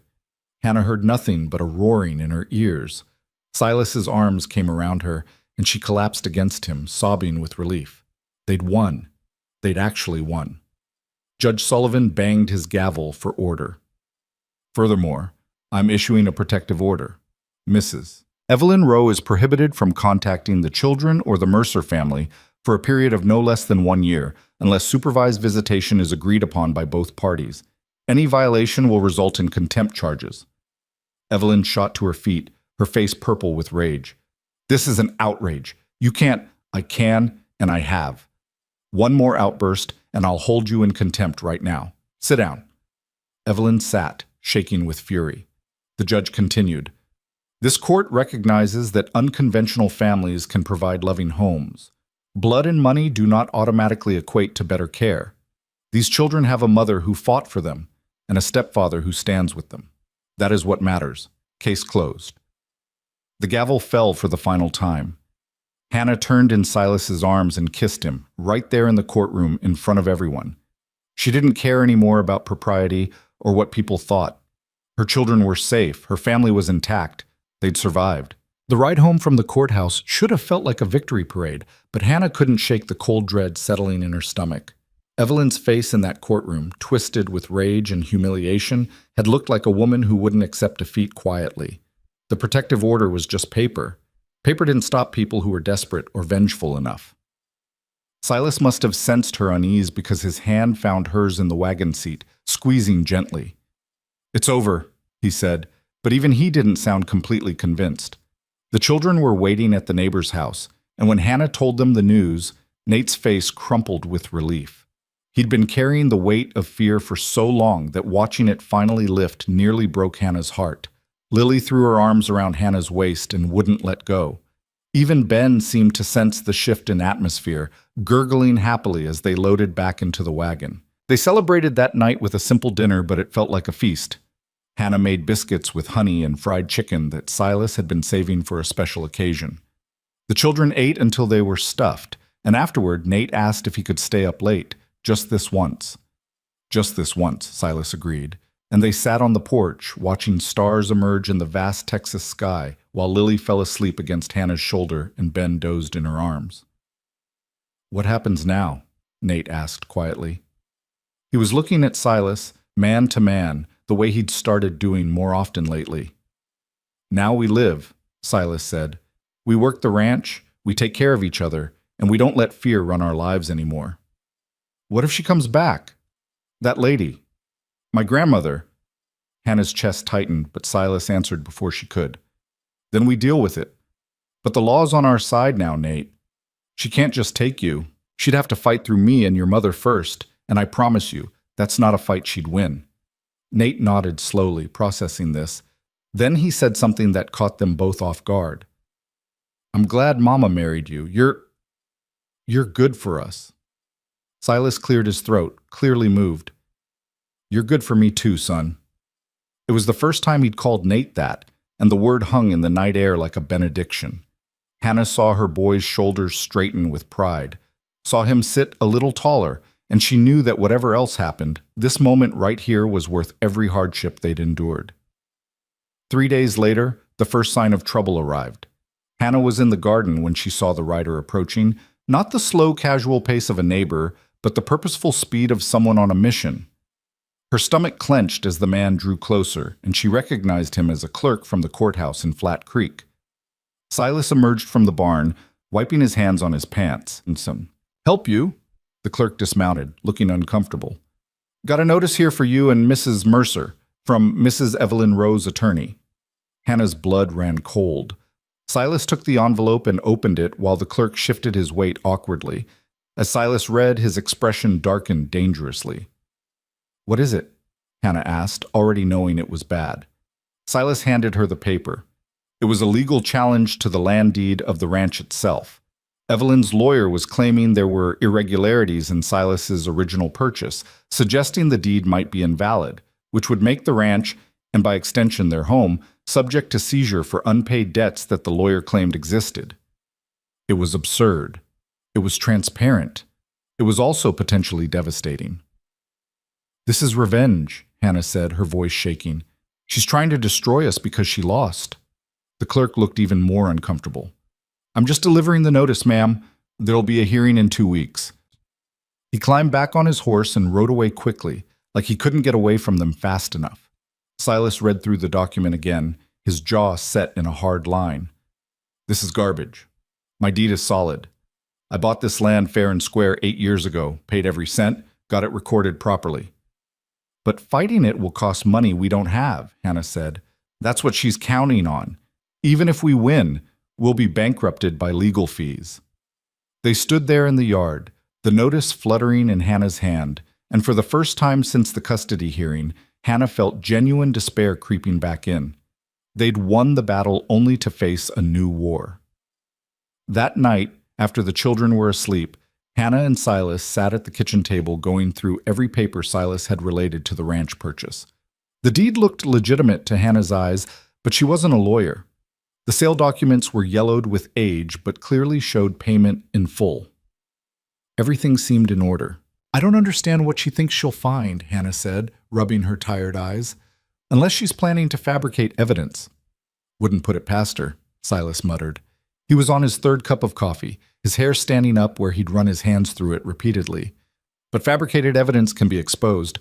We just need to prove the deed is legitimate beyond any doubt." "How do we do that?" "The county recorder's office should have the original documentation.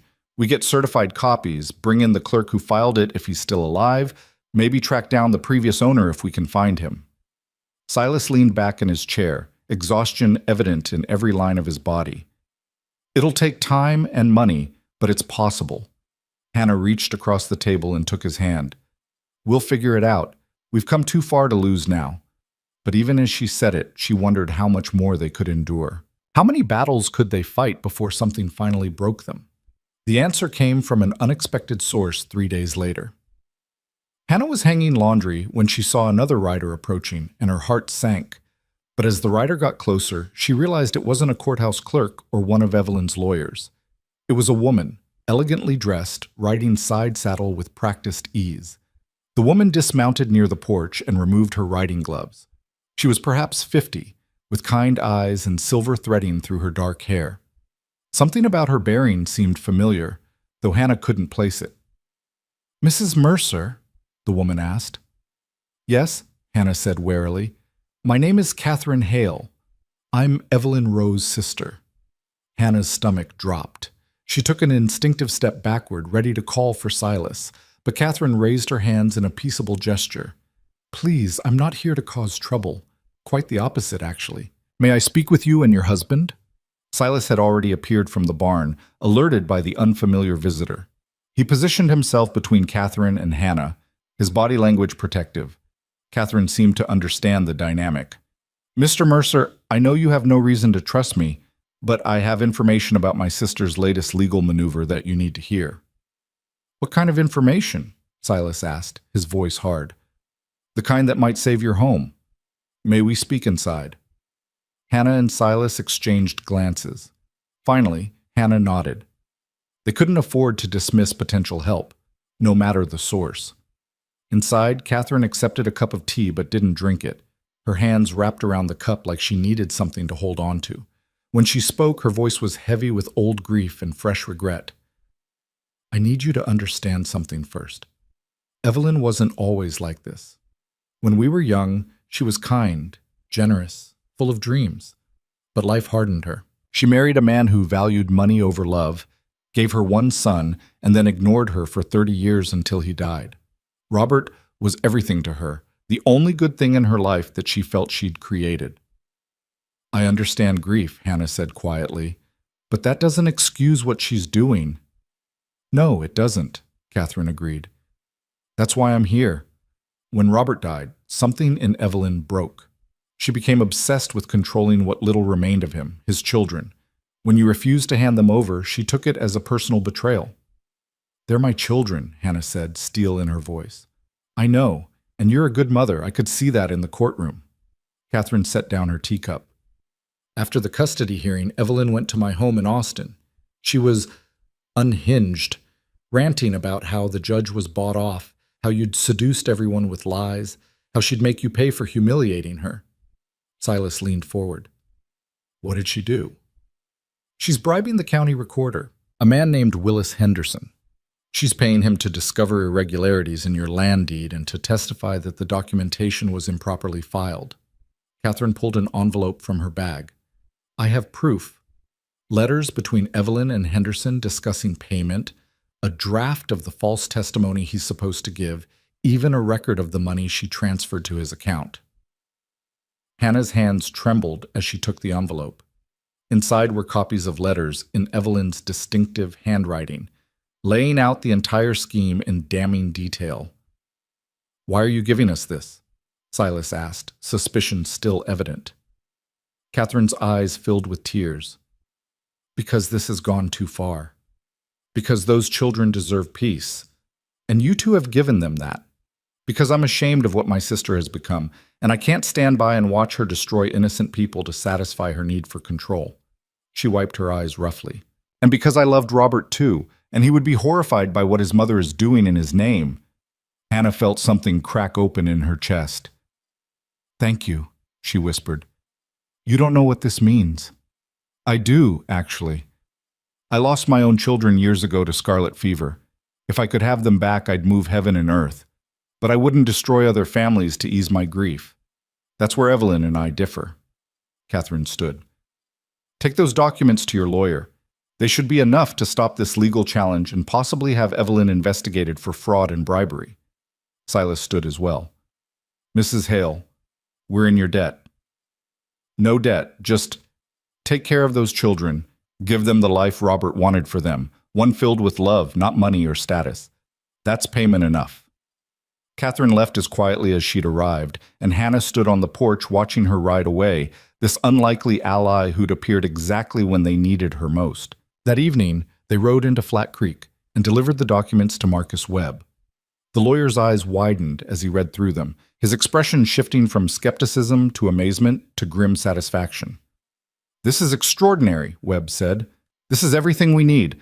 Not only will it stop the land challenge, but it could result in criminal charges against both Evelyn Rowe and Willis Henderson." "What happens now?" Hannah asked. "Now I file an emergency motion to dismiss the land challenge and submit these documents as evidence of fraud. Then I contact the district attorney's office about the bribery."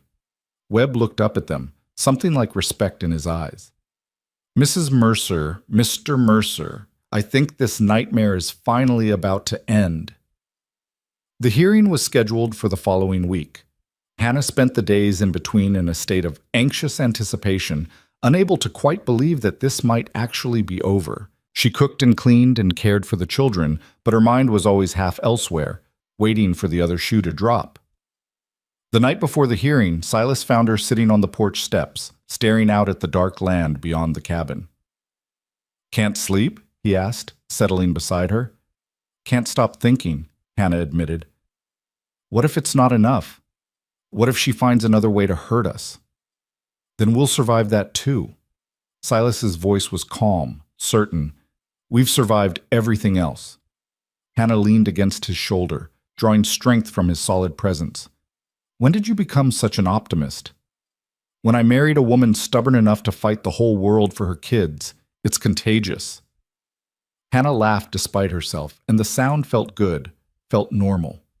"I love you," she said again, and it was easier to say now, more natural. "I love you too," Silas replied, and wrapped his arm around her. They sat like that until the stars came out. Two people who'd found each other in the darkness and built something worth keeping. The hearing the next morning was brief and brutal for Evelyn Rowe. Judge Sullivan reviewed the documents Catherine had provided, his expression growing darker with each page. He called Willis Henderson to the stand, and when confronted with the evidence, the man crumbled immediately, admitting everything in exchange for leniency. Evelyn's lawyer tried to distance his client from Henderson's actions, claiming she'd been misled or manipulated, but the letters in Evelyn's own handwriting told a different story. When the judge asked Evelyn directly if she'd participated in the bribery scheme, her lawyer advised her to invoke her right against self-incrimination. Judge Sullivan's face was like thunder. "Mrs. Rowe, you have attempted to pervert the course of justice in my courtroom through fraud and bribery. The land challenge against Mr. Mercer is dismissed with prejudice. Furthermore, I am referring this matter to the district attorney for criminal prosecution. And I am extending the protective order preventing you from contacting the Mercer family indefinitely." "Your Honor," Evelyn's lawyer began. "I'm not finished. Mrs. Rowe, you came to this town claiming to want what's best for your grandchildren, but every action you've taken has been about control and revenge, not love. You've shown yourself to be vindictive, manipulative, and willing to break the law to get what you want. If I never see you in my courtroom again, it will be too soon. We're adjourned." The gavel fell like a guillotine. Evelyn stood slowly, her face ashen. For just a moment, her eyes met Hannah's across the courtroom, and Hannah saw something there that looked almost like regret. But then Evelyn's expression hardened, and she walked out with her head high, disappearing into whatever consequences awaited her. Hannah felt Silas's hand on the small of her back and turned into his embrace, letting herself finally believe it was over.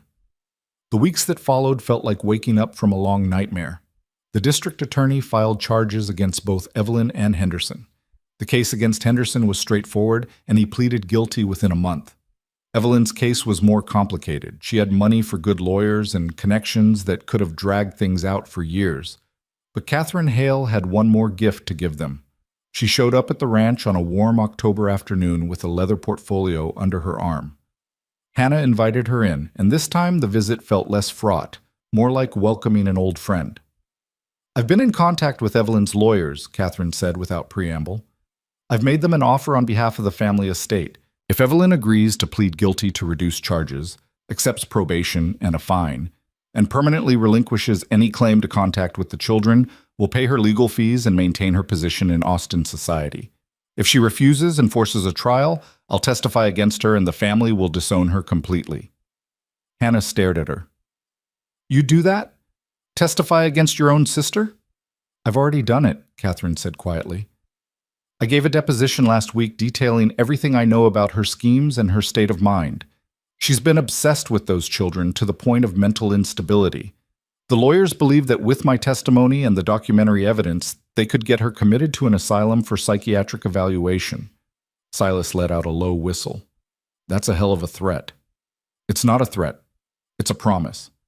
Evelyn needs help, but I can't force her to get it unless she's deemed a danger to herself or others. This legal pressure might be the only thing that saves her from herself. Catherine's expression was pained. I love my sister, but I can't let her destroy more lives. Yours or her own. 2 weeks later, Evelyn accepted the deal. She pleaded guilty to attempted bribery of a public official, received 2 years probation and a substantial fine, and signed legal documents permanently waiving any claim to visitation or custody of her grandchildren. In exchange, she avoided jail time and maintained enough of her reputation to continue living in Austin without complete social ruin. Catherine delivered the signed documents personally, along with a sealed letter addressed to Hannah. She wrote this after signing the agreement, Catherine said. You don't have to read it if you don't want to. Hannah took the letter but didn't open it immediately. Some things required the right moment, the right headspace. She thanked Catherine again, and this time when they said goodbye, they embraced like family. That evening, after the children were in bed, Hannah sat on the porch with Silas and finally opened Evelyn's letter. The handwriting was shaky, unlike the confident script Hannah remembered. The letter was short. Hannah, I will not apologize for loving my grandchildren or wanting what I believed was best for them, but I recognize now that my grief turned into something ugly and destructive. Catherine tells me the children are happy, healthy, thriving. I suppose that should be enough. I hope someday they'll understand I acted out of love, however misguided. I hope they'll remember their father fondly. And I hope, though I have no right to ask, that you might tell them occasionally about the grandmother who loved them, even if she didn't know how to show it properly. I release you from any obligation to me, and I will honor the agreement to stay away. Perhaps that is the last gift I can give them. Peace. Evelyn. Hannah read it twice, then handed it to Silas. When he finished, he looked at her questioningly. Do you think she means it? Hannah asked. I think grief makes people do terrible things, Silas said. And I think maybe she finally realized what she was becoming. He folded the letter carefully. What will you tell the kids? Hannah thought about that. Someday, when they're older, I'll tell them the truth. That their grandmother loved them, but let her grief poison that love into something harmful. That we protected them because that's what family does. And that she finally chose to let them go so they could be happy. She paused. But I won't let her cruelty define how they remember Robert. He was a good man, and they deserve to know that. Silas pulled her close. You're a better person than I am. No, Hannah said. I'm just a mother who understands how fear and desperation can make you do desperate things. I'm not excusing what she did, but I understand the pain underneath it. They sat in comfortable silence as the sun set, painting the sky in shades of orange and gold that reminded Hannah of that first sunset when Silas had brought them to the ranch. So much had changed since then. So much had been fought for and won. The seasons turned, bringing winter's cold and spring's renewal. The ranch thrived under Hannah's management and Silas's hard work. The garden produced more than they needed, and Hannah started selling vegetables in town, bringing in extra money that let them buy proper winter coats for the children and replace the cabin's leaking roof. Nate grew tall and strong, spending every spare moment with Silas, learning everything about ranching. By his 12th birthday, he could rope a calf, shoe a horse, and fix a fence better than most grown men. But he could also read by the fire at night, his mother having taught him, from the book she'd ordered from a catalog, determined he'd have the education she'd never received. Lily blossomed into a bright, chattering presence who made friends with every person and animal she encountered. She started a small egg business, selling to the neighbors, carefully saving her earnings in a jar she kept hidden under her bed. She wanted to buy her mother a new dress, she told Silas in confidence, because Mama deserved pretty things. Ben grew from a baby into a rambunctious toddler who followed his older siblings everywhere, his laughter filling the cabin with joy. He called Silas Papa without any prompting or confusion Because as far as Ben was concerned, Silas had always been his father, and Hannah and Silas's marriage, which had begun as a practical arrangement, deepened into something neither of them had expected. They learned each other's rhythms, each other's silences. They discovered how to work together seamlessly, how to parent as a unified team, how to love each other with a quiet constancy that didn't need grand gestures or flowery words. On their first anniversary, Silas surprised Hannah with a gift, a simple gold band to replace the plain one from their hasty wedding. "It's not fancy," he said, almost apologetically, as he slipped it on her finger. "But it's real gold, and it's yours." Hannah looked at the ring, tears blurring her vision. "It's perfect," she whispered, and kissed him with a passion that made him laugh in surprise. "What was that for?" "For being you, for choosing us, for making me believe in second chances." That night they made love for the first time, not out of obligation or awkwardness, but out of genuine desire and deep affection. Afterward, lying in the darkness with Silas's arms around her, Hannah felt a completeness she'd never experienced before. This was what home felt like. This was what love felt like when it was earned through shared struggles and built on solid ground. The following spring brought unexpected news. Hannah woke one morning feeling queasy, and the symptoms persisted for weeks. When she finally accepted what her body was telling her, she sat Silas down with shaking hands. "I'm pregnant," she said simply. Silas stared at her for a long moment, his expression unreadable. Then a slow smile spread across his face, a real, genuine smile that transformed him completely. "A baby," he said wonderingly. "Our baby." "Are you happy?"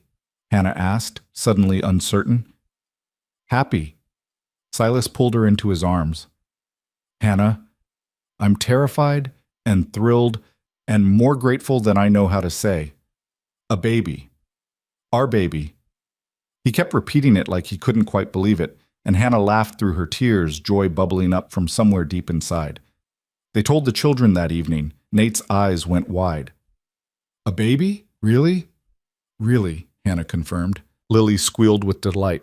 "Can it be a girl? I want a sister." "We don't get to choose," Silas said, but he was grinning.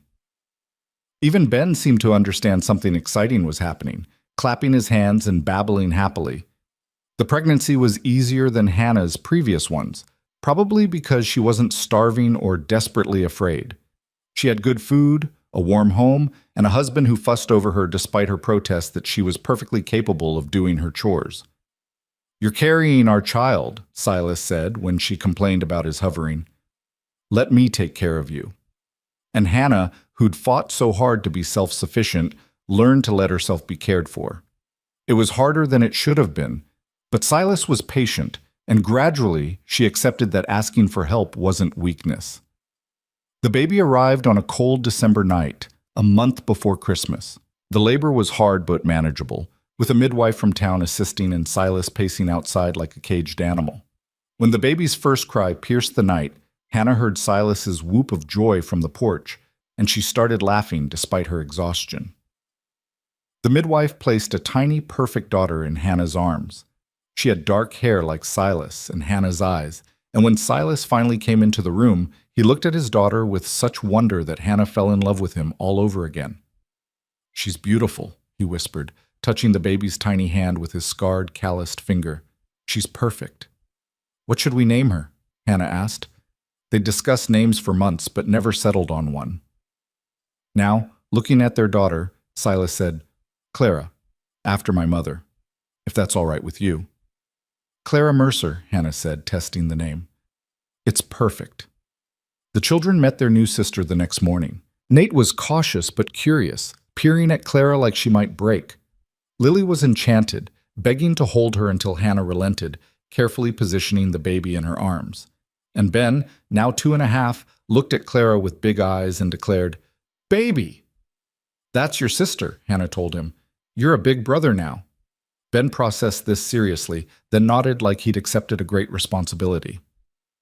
The months after Clara's birth passed in a blur of sleepless nights and simple joys. The cabin that had once housed a desperate widow and her children now rang with the sounds of a real family, arguments and laughter, baby cries and children's games, The quiet murmur of Hannah and Silas talking late into the night while Clara nursed. Hannah had been so focused on survival for so long that it took time to adjust to simply living. But gradually, she learned to enjoy the small moments.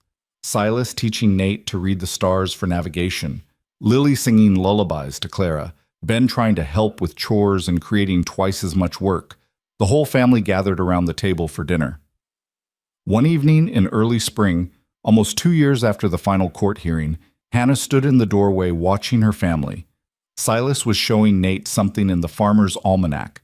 Lily was reading a storybook aloud to Ben, who was actually sitting still for once. Clara was asleep in her cradle, one tiny fist curled near her face. This was everything Hannah had fought for, everything she'd nearly given up on that day under the oak tree, everything she'd feared she'd never have again after Robert died. Silas looked up and caught her watching. "What are you thinking about?" Hannah crossed the room and kissed his forehead. "Just remembering." "Remembering what?" "The day you stopped on that road. The question you asked me." Silas smiled softly. "When's the last time your kids ate?" "That question saved our lives." "No," Silas said, pulling her down into his lap, while Nate made a face and Lily giggled. "You saved your own lives. You walked into that desert with your babies and refused to quit. All I did was give you a place to land." "You gave us everything," Hannah insisted. "We gave each other everything," Silas corrected. "That's how this works." Hannah kissed him properly then, not caring that the children were watching and making exaggerated gagging sounds. When they finally broke apart, Nate was grinning despite himself. "You two are disgusting," he said, but there was affection in his voice. "You'll understand when you're older," Silas told him. "Never," Nate declared dramatically. Lily abandoned her book and climbed into Hannah's lap, squishing herself between her parents. "Tell us a story, Mama." "What kind of story?" "A happy one. About a family that lives on a ranch and has chickens and a baby sister." Hannah looked at Silas, and he was smiling that rare, genuine smile that still made her heart skip. "All right," Hannah said, settling Lily more comfortably. "Once upon a time, there was a mother who thought she'd lost everything. She was tired and scared and didn't know where to go. But then she met a rancher who asked her a simple question, and that question changed everything." As Hannah told the story, their story, transformed into something magical for her daughter, she realized that this was what healing looked like. Not forgetting the hard times, but transforming them into something that could be shared, learned from, even celebrated. The years continued to unfold with their mixture of challenges and triumphs.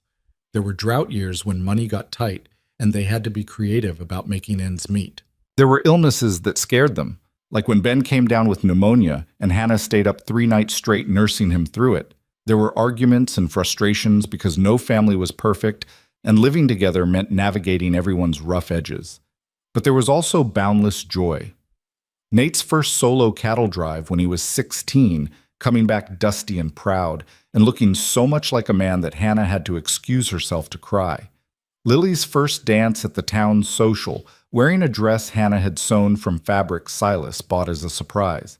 Ben learning to ride, falling off a dozen times but getting back on with stubborn determination. Clara's first words, first steps, first everything. The ranch grew more prosperous as Silas and Nate worked together to expand the herd and improve the land. Hannah's garden became legendary in the area, and she started teaching other women her techniques. The cabin got additions: a proper bedroom for the older children, a porch that wrapped all the way around, a root cellar that could store enough food to see them through any winter. They became pillars of the community, the family that had overcome scandal and poverty to build something real. People stopped whispering about Hannah's past or Silas's violent history. Now, when the Mercers came to town, they were greeted with respect and genuine warmth. Catherine Hale remained a distant but faithful friend, writing letters several times a year and sending modest gifts at Christmas.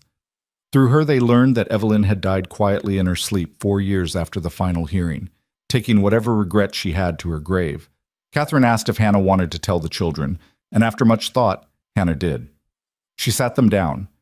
Nate was 15 by then, Lily 13, Ben 9, and Clara 6, and told them about their other grandmother, about how she'd loved their father deeply, how his death had broken something in her, how grief had turned her love into something destructive. "Why did she want to take us away?" Lily asked, her voice small. "Because she thought she could give you a better life," Hannah said honestly. "Money, education, opportunities we couldn't provide. She wasn't completely wrong about what she could offer. She was wrong about what we needed." "What did we need?" Clara asked, leaning against Hannah's shoulder. "We needed each other. We needed love and safety and a place to belong. Those things don't come from money." "I'm glad we stayed here," Nate said firmly. "I'm glad she didn't take us." The other children nodded agreement, and Hannah felt a weight she hadn't known she was still carrying finally lift. Her children understood. They knew their own story, and they were at peace with it. The day Nate turned 18 and officially became a man, Silas took him aside and did something Hannah hadn't expected. He presented Nate with legal papers, adoption papers he'd had drawn up years ago but never filed, waiting for the right moment. "I know your father was Robert Rowe," Silas said, his voice gruff with emotion. "I'm not trying to replace him or erase him, but if you're willing, I'd like to make official what's been true in my heart since the day I met you. I'd like to adopt you as my son." Nate, who'd grown into a tall, strong young man who looked like Robert but had Silas's steady way of moving through the world, didn't hesitate. "Yes," he said. "Yes, I want that." They went to the courthouse together, the same courthouse where they'd fought for custody years before, and filed the papers. Nathan Rowe became Nathan Mercer, and when they emerged, Nate was grinning like he'd won a prize. Over the following year, Lily and Ben chose to be adopted as well. Only Clara, who'd been born a Mercer, didn't need papers to make it official. But all 4 children knew the truth. Family wasn't about blood or paperwork. It was about showing up every day and choosing each other over and over again. Hannah turned 40 on a bright summer morning, surrounded by her family on the porch of the ranch that had become her fortress and her sanctuary. Nate was courting a sweet girl from town and would probably be married within the year. Lily had discovered a talent for painting and covered the cabin walls with her artwork. Ben was talking about becoming a veterinarian, fascinated by animals and healing, and Clara was already showing signs of being as stubborn and strong-willed as her mother. Silas sat beside Hannah, his hair now more gray than dark, the scar on his face just another familiar feature she'd long stopped noticing. He'd aged well, grown more comfortable in his skin, smiled more readily than he had in those early days. "You know what I was thinking about?" Hannah asked him as they watched their children play in the yard, even the older ones getting pulled into a game of tag with Clara. "What's that?" "That first day, when you stopped on that road. Do you remember what you were thinking?" Silas was quiet for a moment, remembering. "I was thinking that I should mind my own business, that you were a stranger's problem, not mine, that I had enough on my plate without taking on a desperate widow and 3 kids. What changed your mind?" "Your eyes. You looked at me like you were ready to fight me if I tried anything, but also like you were hoping I might be decent, and your boy had picked up a rock to protect you." Silas shook his head, smiling at the memory. "I thought, these are fighters. They're beat down, but not beaten. And I guess I wanted to see what would happen if someone gave them a chance." "Best decision you ever made?" Hannah asked, teasing. "Best decision I ever made," Silas confirmed, completely serious. He turned to look at her, really look at her. "You know what I see when I look at you now?" "What?" "Home. Not the ranch, not the cabin. You. You're my home, Hannah. You and those kids. Everything good in my life started the day I asked you when your kids last ate." Hannah felt tears prick her eyes, but they were happy tears. "You saved us." "We saved each other," Silas said again, the way he always did when she tried to give him too much credit.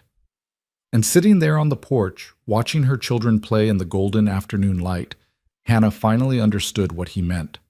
They'd both been lost in different ways, her in poverty and desperation, him in loneliness and isolation.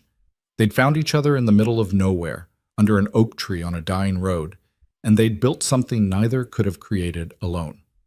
It hadn't been easy. It hadn't been perfect. But it had been real, and it had been theirs. That night after the children were finally asleep and the house was quiet, Hannah stood at the bedroom window looking out at the stars. Silas came up behind her, wrapping his arms around her waist. "What are you thinking about now?" he asked.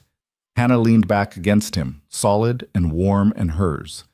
"I'm thinking that if I could go back to that day under the oak tree and tell myself what was coming, the fear, the fights, the courtroom battles, all of it, I'd still make the same choice. I'd still get in that wagon, because it led to this." "To this," Silas echoed, and kissed the top of her head. They stood like that for a long time, two people who'd survived the worst and found the best, holding each other in the darkness and watching the stars wheel overhead. The same stars that had witnessed their first meeting, their desperate struggles, their hard-won victories. Outside, the ranch slept peacefully.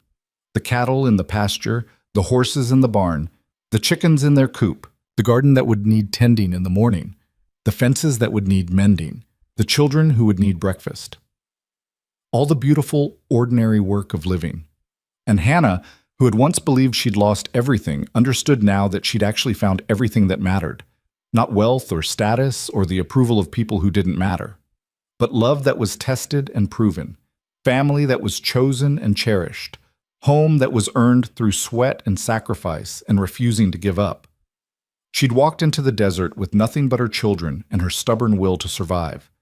She'd walked out with a life worth living. And that, Hannah thought, as sleep finally pulled her under, was more than enough. It was everything.